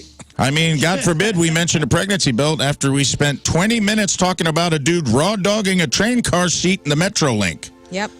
Yeah, buddy. Libby just walked in, by the way, and this is, in context, this is very strange. Welcome. This conversation. Good morning, everyone. Welcome. I'm landing this plane, and then we'll make out. We spent 20 minutes talking about a dude raw dogging a train car seat, and it didn't bother this guy at all. No, hey, Doty, you liked that, didn't you, little closeted, freaky-ass, professional, geek, loyal husband, father of 5, grandfather of 2, as your profile says. Doesn't bother old A. Doty when a man goes to third base with public transportation. He kind of liked that. But the second we acknowledge that half the population sheds their uterine lining once a month, suddenly we cut the nuts off the show. Well, I assume since you're an alpha male father of 5, they must all be men. Unless you're willing to admit that your soy boy beta sperm wasn't strong enough to slap a set of testicles on all your offspring. Because it looked like you got 3 daughters in your profile picture, eh, Doty? 3 whole human beings who at some point might have the audacity to have a period and need a tampon in your presence. Imagine the horror, the absolute tragedy of this guy having to acknowledge that his own children are female. What did you do when they had their first period, bud? Just hand them a Bass Pro gift card and tell them to figure it out? Sounds right. So R.I.P. to your manhood, eh, Doty? Which apparently crumbles under the weight of basic biology. We'll keep talking about whatever the hell we want, and you can go back to teaching your daughters that being a real man means being terrified of women's bodies. Brought to you by Dad Sucks. Tampons for emotionally ignorant fathers. Bye-bye. Bye. Bye. And now on to the real RIPs. This week we lost Roberta Flack to ALS, which was a shame. Wonderful singer. Gene Hackman, his dog, and his wife, which is a still unraveling case. He made it to 95, but kind of a tough end for Gene. Yeah. Michelle Trachtenberg from Gossip Girl, Euro Trip, and Harriet the Spy. And, of course, Joanne's Fabrics. I'm sorry, Libby, but we lost Joanne's Fabrics this week. I know that was hard for you to hear. Where will I get my fabrics? I know. Michael's. Like, Michael's is still open, right? I'll never for do now. that. They don't have good fabrics at Michael's. Yeah. Michael's can't trump Joanne's Fabrics. But that concludes this week's E-memorium, brought to you by us. All right, thank you, Ray Williams, this week's E-memorium. And hello, Libby Higgins. Hello. Why is she in the shortest chair ever? Yes. Well, I'm just going to tell you. Learn gave me her chair because she saw the size and girth of my buttocks and knew that I wasn't going to make it up into the Libby, chair. that's not why. I saw you struggling to find, there is no way to shift this one down. Oh, okay. And I was like, oh my God. You put Libby in the tiny chair. Why do radio people think that tall office chairs are necessary? I agree. Well, I wanted to, so in the studio here we have... it's very tall. So the thing, what do you call this? This is the board. Console. The console, the whole thing. Yeah. The whole countertop thing, it's high, so people could stand. Which we never do. We never do, but we share the studio with other people who stand when they broadcast. Well, they need to learn to sit. Let's be I honest agree. here. I was lobbying for a sitting countertop. Mm-hmm. But I was, I don't know, I was outvoted. I was vetoed. I could say, We're all person very with height, short. it's nice to have the big chairs. I My legs don't get tired that We way. deal, Libby. It's fine. Libby, I'm so happy you're here. I can't believe that I'm here. I'm on the radio. You were on the radio with us, which is what? Big radio fan. Well, thank you. Big radio gal here. Love radio. Used to call all the time, use different voices when I was a kid just to do the, can you dedicate a song to Ralph or something? I would call 5-6 times a week. And would you ever hear yourself? I'd all get your on calls constantly. get through? That's great. Is that where Slop City came from? You were like, I have to have a radio show. Slop City came from just Tina and I being sloppy. And Slop City is the podcast you do with Tina. Right. That just came from us being sloppy and talking about things like periods and our genitalia. Nice. Awesome. So listen, Libby's here. Libby Higgins is here. Yeah. She's at Helium tonight only. One night only. Yeah, don't think you're going to come tomorrow and see me because I won't be there. No, somebody else will be there. I'll be gone. Now, I don't know if they're funny or not, but I know tonight's funny. Tonight's funny. I'm not sure about tomorrow night. I don't know about Sunday night. All I know about is tonight, and Libby's there tonight. And so is Tina. And Tina. Libby got and Tina tonight. Double the funny. Double dose. A double dose of funny. Both of my gals. All right, so listen, we got to take a break. We'll come back. We'll talk to Libby. We'll do some of your emails. All right, Ray, if you got emails ready? Mm-hmm. Okay. Libby's here. Everything is good with the world. We'll take a break. Stay there. All right, 9:02. It is Friday. Traffic and weather. Learn coming at you. And it's brought to you by Golden Oak Lending. If you need some extra cash, Golden Oak Lending can convert your home's equity into cash in as little as 14 days. Let Golden Oak Lending cure your blues. Westbound 40 just past McKnight Road. This accident from earlier, the left lane was closed. That could be cleared, but might still be going on, so just heads up. 70 and sunny today. 32 is the overnight low. Right now it is 46 at 9:03. Back to the program, joined by Miss Libby Higgins, who you'll see her at Helium Comedy Club tonight. One night only. We got to stress, I won't be there tomorrow. I will be there tonight. No, it's some other guy's going to be there tomorrow. Probably a man. Yeah. It is a man, yes. And I don't know if he's funny or not. I know you're bringing the comedy tonight. Tonight. 2 shows at Helium. Now, Libby, you are born and raised in St. Louis? Born and raised. Grew up in North St. Louis until I was about 14, then went to Maryland Heights. Okay. Lovely Maryland Heights. Now, I first became aware of you, I think, back in 2016, when a little video you did went viral. Boy, did it go viral. How many views? Well, it was wild. It didn't go viral on my page at first. So in the first day it had, and I don't even remember if this is, it was like 27 million in one day. Whoa. And back in the day, that's a lot. Okay, Scott, do you know what video we're referring to? No, I don't. Okay.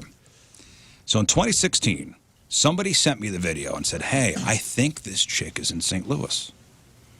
And it was not taken as a joke or a character. What you did outside the McDonald's on Dorset was taken as you are a real person complaining about an experience you had at McDonald's. Oh, no. Do you know that? Have you seen this? I don't know. Let me play you the Get a video. refresher. Okay, here we go. This is Libby. I have an announcement to make to y'all, to the people of America. I was at this here McDonald's on Dorset. It's Monday night. I was just disrespected in there. Almost got in a fight with the gal in there. First of all, my first issue is the drive-thru was filled all the way up, and I had to walk inside. So then I'm already mad because I got to get out my car and go inside. So I go inside. I politely say, "Hey, can I have a McRib meal, large size with the Dr. Pepper?" And the lady said, "Well, okay, that'd be $6.58. I said, "Ain't you forgetting something, ma'am?" And she said, "Well, what?" I said, "You're supposed to offer me the extra McRib for $1 when you buy the McRib meal." You ain't gonna believe it. She looked me up and down. And she said, "Well, it don't look like you need the extra McRib." McScuse me, bitch. I throat punched that bitch. I knocked her ass down. So if you come to the Dorset McDonald's and you see a lady named Charlene in there, Tell her Carla sent you. And then you throat punch her or punch her in the cooter. I don't give a damn. This is against my civil rights. Fuck you, McDonald's. On Dorset. Not all the other ones. I like all the other ones. So somebody sent me that and thought it was like a real person ranting about this particular McDonald's. I'm like, the Hot Shot, that's the McDonald's that Hot Shots was right next to that. Oh, I'm like, yeah. I've been there a million times. And it blew up. Did you think it was real? I wasn't sure. That's why people shared it. They didn't know. And they still don't know to this day. I receive messages on my YouTube every day saying, for 10 years, I thought this was real. Yeah. And I'll tell you why it went viral. I was very specific in when I made that video. Even though it was improv, I knew, okay, I got to say the drive-thru was filled up and that I had to walk. That will make people so mad. Yeah. To see a large woman saying she had to walk. Oh. Yeah, there we you go. Struck a nerve. Struck a nerve. And then saying, excuse me, of course. Yes, the excuse me, God, that got him. It was all a long, winding road to them, excuse me. And I tried to recreate it without saying the location because I knew that it was going to be problematic for that McDonald's. I didn't realize how bad. I'd never considered that. Now, well, of course, you make the video with the hope of people seeing it. Yeah. I mean, maybe a couple hundred people, maybe 1,000 people. I don't know. Millions upon millions of people have seen you do that character outside of that McDonald's on Dorset in Maryland Heights. And apparently they've been sent mail about Charlene. Justice for Charlene. They had to change their number, I think, twice because people call for Charlene. And if you look at the reviews on that McDonald's, they're pretty intense for a while, talking about Charlene. They were supporting Carla, which I appreciate. Right, yeah, supporting the character who's not a real person. I mean, Libby, you're a real person, but the character, I mean, even just looking at if you type in McScuse me, some of the articles come up that say woman rages over extra McRib. That is awesome. I mean, there are articles written as if it was a real thing. And had it went viral on my page, I think that I'd probably have 1 million followers. But it didn't. Yahoo News has an article that says, McScuse me, McDonald's launches new McVegan burger in Europe. So your McScuse me is used by legit news services. It's crazy. You added a word to the Urban Dictionary. Yep. And you have people dressed as you for Halloween and everything. I mean, how is this my life? I'm just a lady from North County. That really is one of the greatest feelings in the world. When someone dresses like you for Halloween. You made it. It's great. I mean, there are gifts, with you in it, that people send to each other. It's amazing. And a lot of people don't know that it's me. That's what's crazy. And I like that, but also it's like I want them to know it's me. But also it's a testament to being very purposeful in making a video and trying to trick people. Because that's what I was doing. I was trolling, big troll. Yeah, and listen, I'm very bad, and everybody knows this. I'm pretty bad at picking out fake things online. I'm fooled easily. Oh, not me. I'm fooled. You show me something and I'll tell you, nope. Yeah. I can tell. I was not sure when somebody sent me that video. I was like, did you say, look at this North County trash? Yeah, I did. Look at this Hoosier. I was appropriating Hoosier culture. This is something that people would complain about. This sounds like a legit complaint from somebody in this area. But you're trolling trolls, which is even better. Because you're laying the bait for everyone to be like, this is what America is. Yep. Mm-hmm. You see them want to walk inside the building, and it's like that's the best kind of trolling is you're just trolling the worst people on the internet. Well, and I will tell you, so that 9 years ago, so you shot that 9 years ago outside the McDonald's Dorset, right next to the Hot Shots, and now you've turned this into a role in a major motion picture. Major motion picture. Mm-hmm. Whoa. Which you just finished shooting, correct? That's correct. I know we can't give many details, but can you tell us? It is a movie called Busboys, written by Theo Von and the David Spade. Wow. That one's going to be awesome. I didn't know you're in that. That's incredible. Congrats on that. Yeah, I had to kind of keep it under wraps for a little bit, and probably, I don't know what the rules are, but they posted my picture. Yeah. The director posted my picture on the Instagram. So I think it's fair game. Now it's fair game. You're out there. I just want to say that Tommy Boy is my favorite movie, besides Xanadu. Xanadu is my second favorite movie. But I got Olivia Newton-John Xanadu? Oh, yeah. Okay, all right. Okay. I'm speaking You your must be language. old like me, brother. I'm speaking your language. I got to be in a scene with David Spade twice.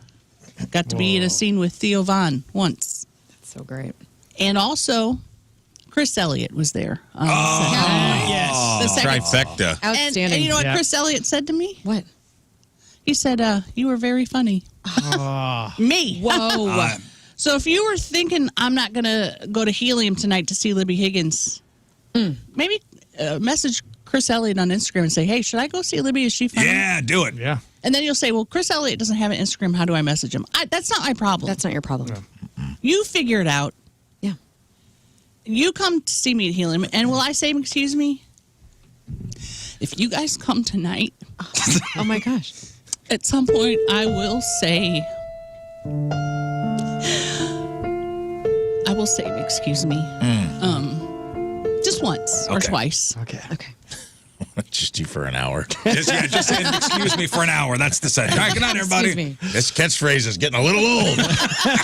Excuse me, bitch. Way to run it into the ground. Every time a joke bounds.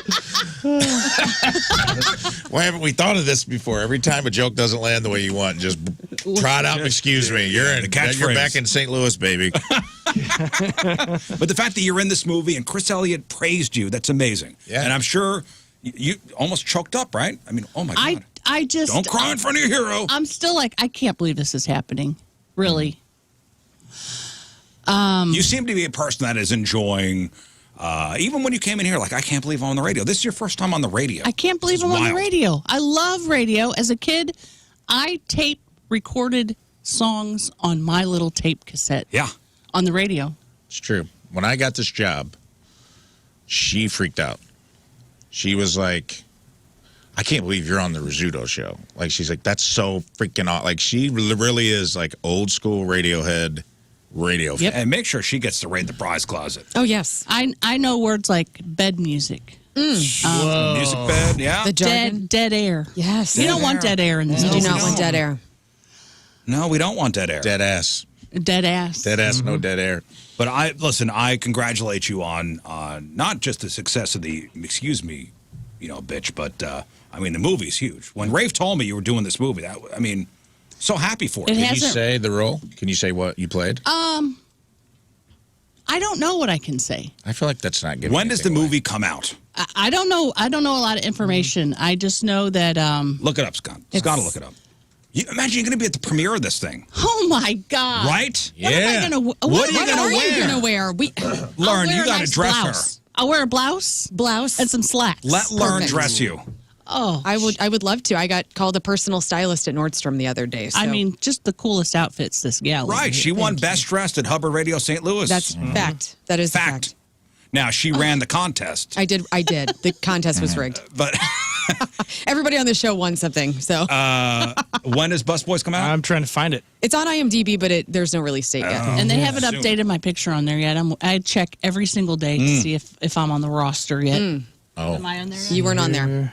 Okay. What the hell are they doing? Get her on there. Now that you're on the radio, we'll get a message. We'll get that changed. Yeah, I'll reach out to Spade. That's a big deal. You're going to go out to Hollywood. It's cool, man. There's going to be a big Hollywood premiere. Hooray for Hollywood! You're gonna walk the red carpet. Hollywood.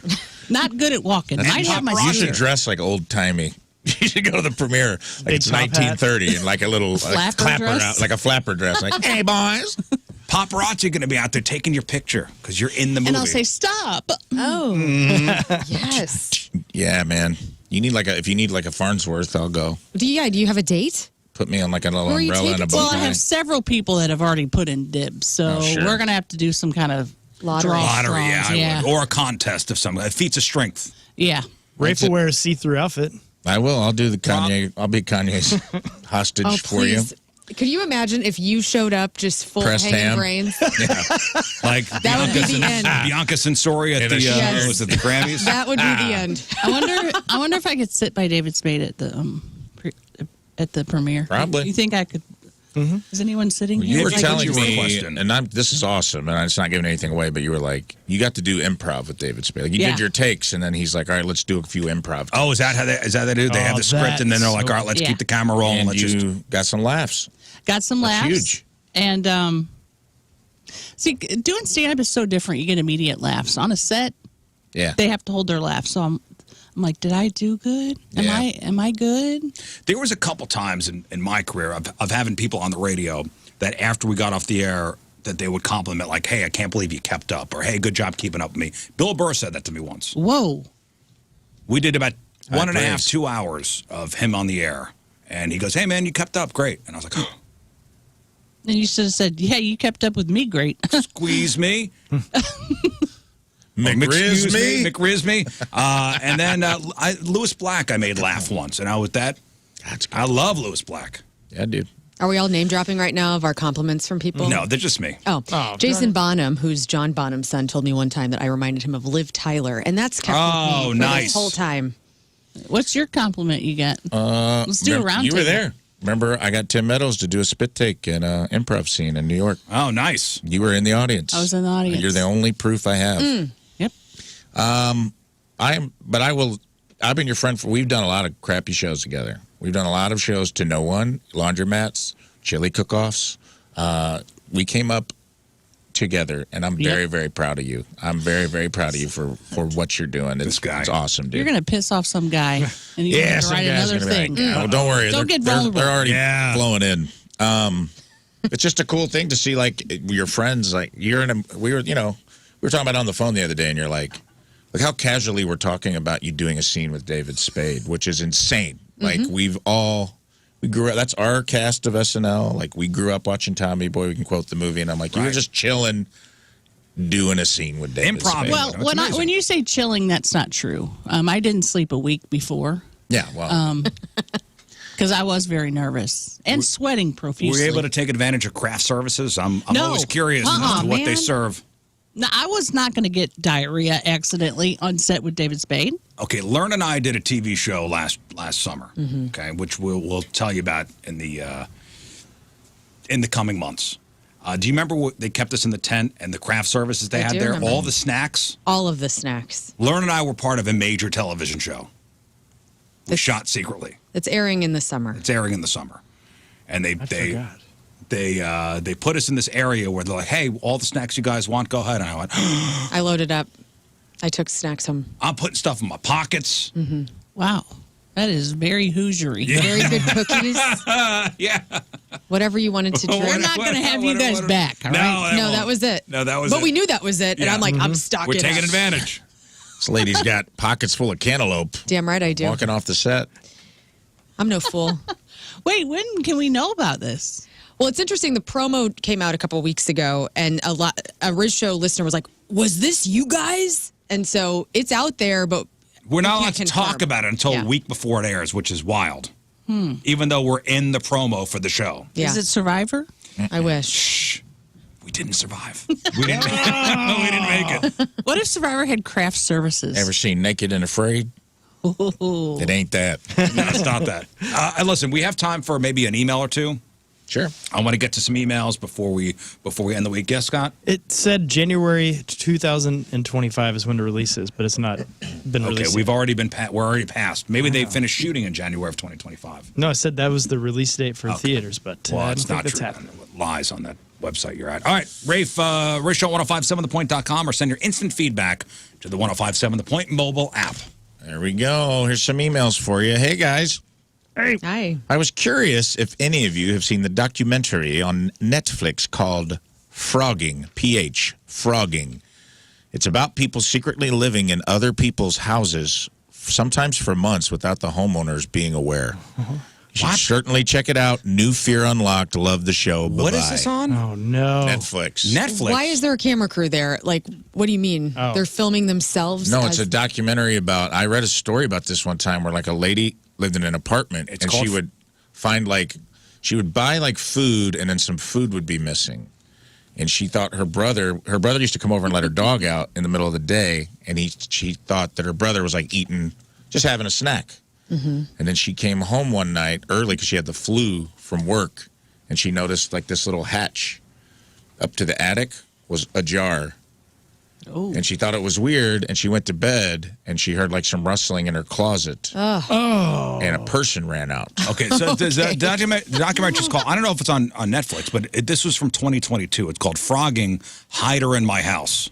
Yeah, dude. This freaked me out when in this pod, it turns out like this, they went up in the attic, and there was like a person who was like squatting, just living up there.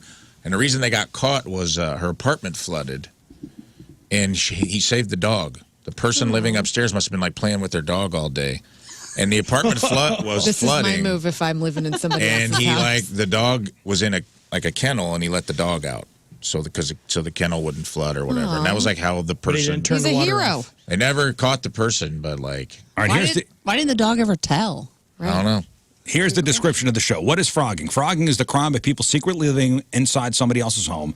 This stranger-than-fiction true crime thriller explores the phenomenon of frogging, from the man in the attic to the creeper in the crawl space.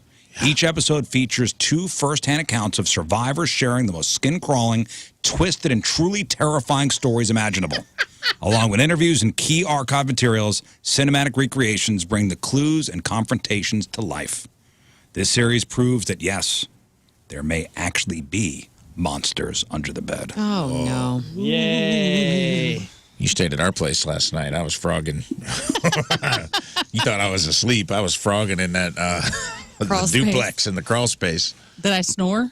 Yeah. I didn't have my CPAP on last night. Yeah, I noticed. All right, so frogging, yes. Friday, Hide Her Under My House. I will give it a watch. That's just a crazy thing.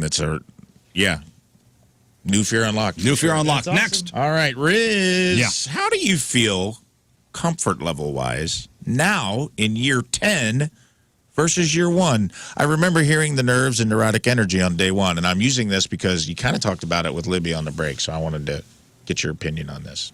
This is it. That was a whole email. Okay, so when I got the Riz show, so the genesis of this show is that it used to be the Woody and Riz show, and then Woody went out to go to Los Angeles, and he's on 4,000 radio stations right now, and I stayed here in St. Louis because I love this city. And thank God, Tommy the boss, and at the time, John Beck, the general manager, had the... I don't know. They had the confidence in me to, hey, we'll give this guy a shot. We'll let him do mornings. And day 1, nervous as hell, and thinking, man, I can't believe they gave me a shot. And now 10 years later, I'm still thinking, man, I can't believe they gave me a shot at this thing. And I still got the imposter syndrome. Yeah, man. Like I'm still waiting for them to figure out this guy sucks and we need to get him off the air. Because we were talking about that in context of everything you're doing, right? Like you've earned it. You deserve to be there. But on set, you were like, I know how anxious you are, so I know you were a ball of anxiety, right? Yep. Is that how you felt? Very anxious, very imposter syndrome. Even about tonight's show, I haven't slept all week. I've probably had 6 hours of sleep all week. Like knowing you're at Helium tonight, 2 shows only. Yeah, tonight only. Not tomorrow, tonight only. You show up tomorrow, guess what? Libby ain't going to be there. No, I do have that imposter syndrome, and it's something that I don't know if you ever get rid of. I don't think so. I wish I had the confidence just walk in here and be, cock of the walk. But nobody likes a guy like that, Nobody likes an overconfident guy. Yeah. It's annoying. As a matter of fact, I actually read something about narcissists. Oh, wow. He's got brochures. It's from his diary. Yeah, it's from my diary. It's He's about in his papers. It's in my papers. No, I actually read something about narcissists recently. And I was like, this makes total sense here.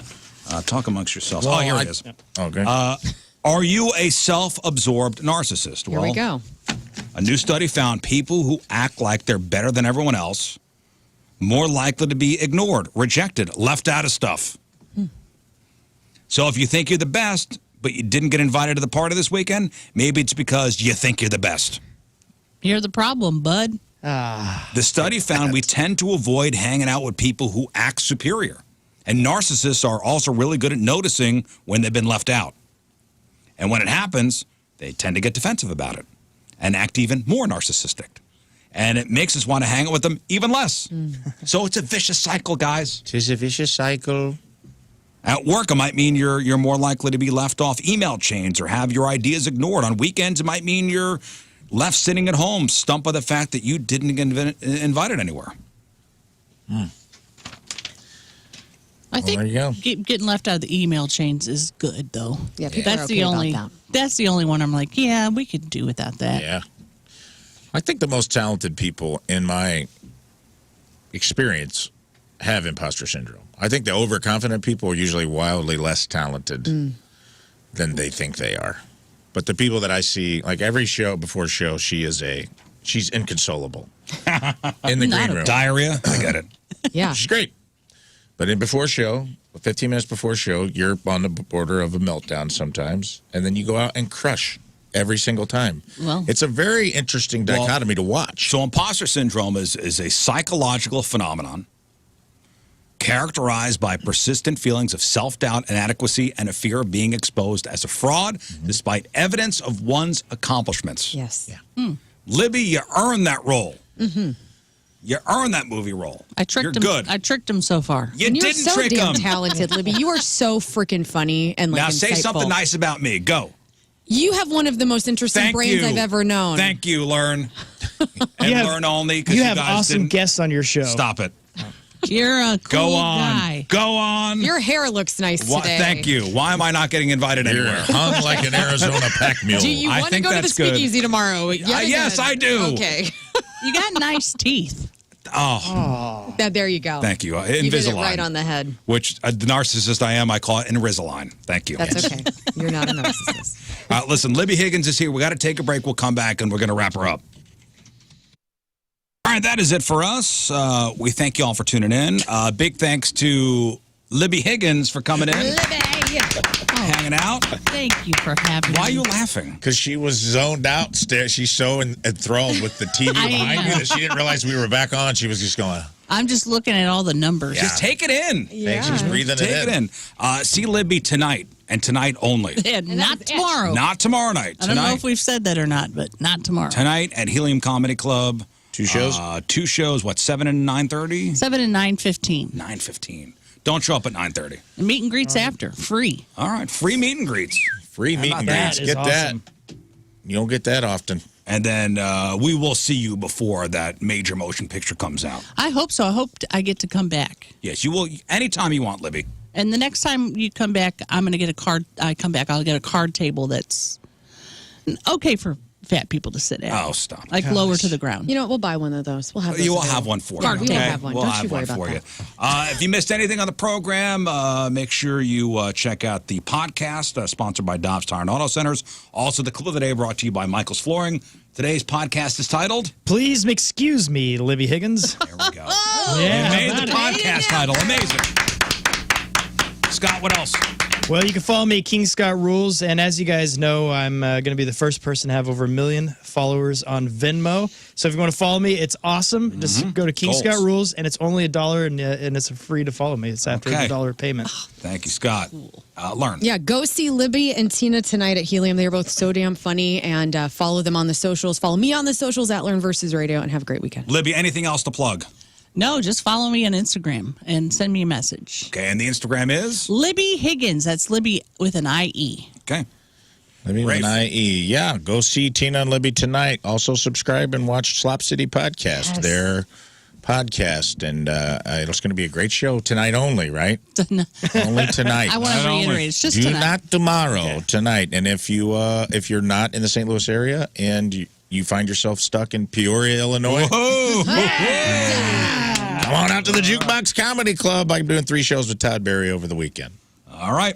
We leave you with a selection from our Teamers Remember the Day brought to you by Hot Shot Sports Bar and Grill, celebrating 35 years of Hot Shots with a new daily featured menu item all day, all February long. From Waterloo, Illinois, Dave Miller is our Teamers. Eagle call!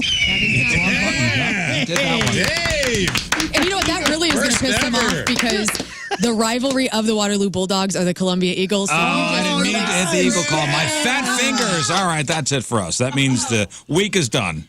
We'll see you next week. Have a great weekend. Bye. Bye, guys. Shine down. The Rizzuto Show.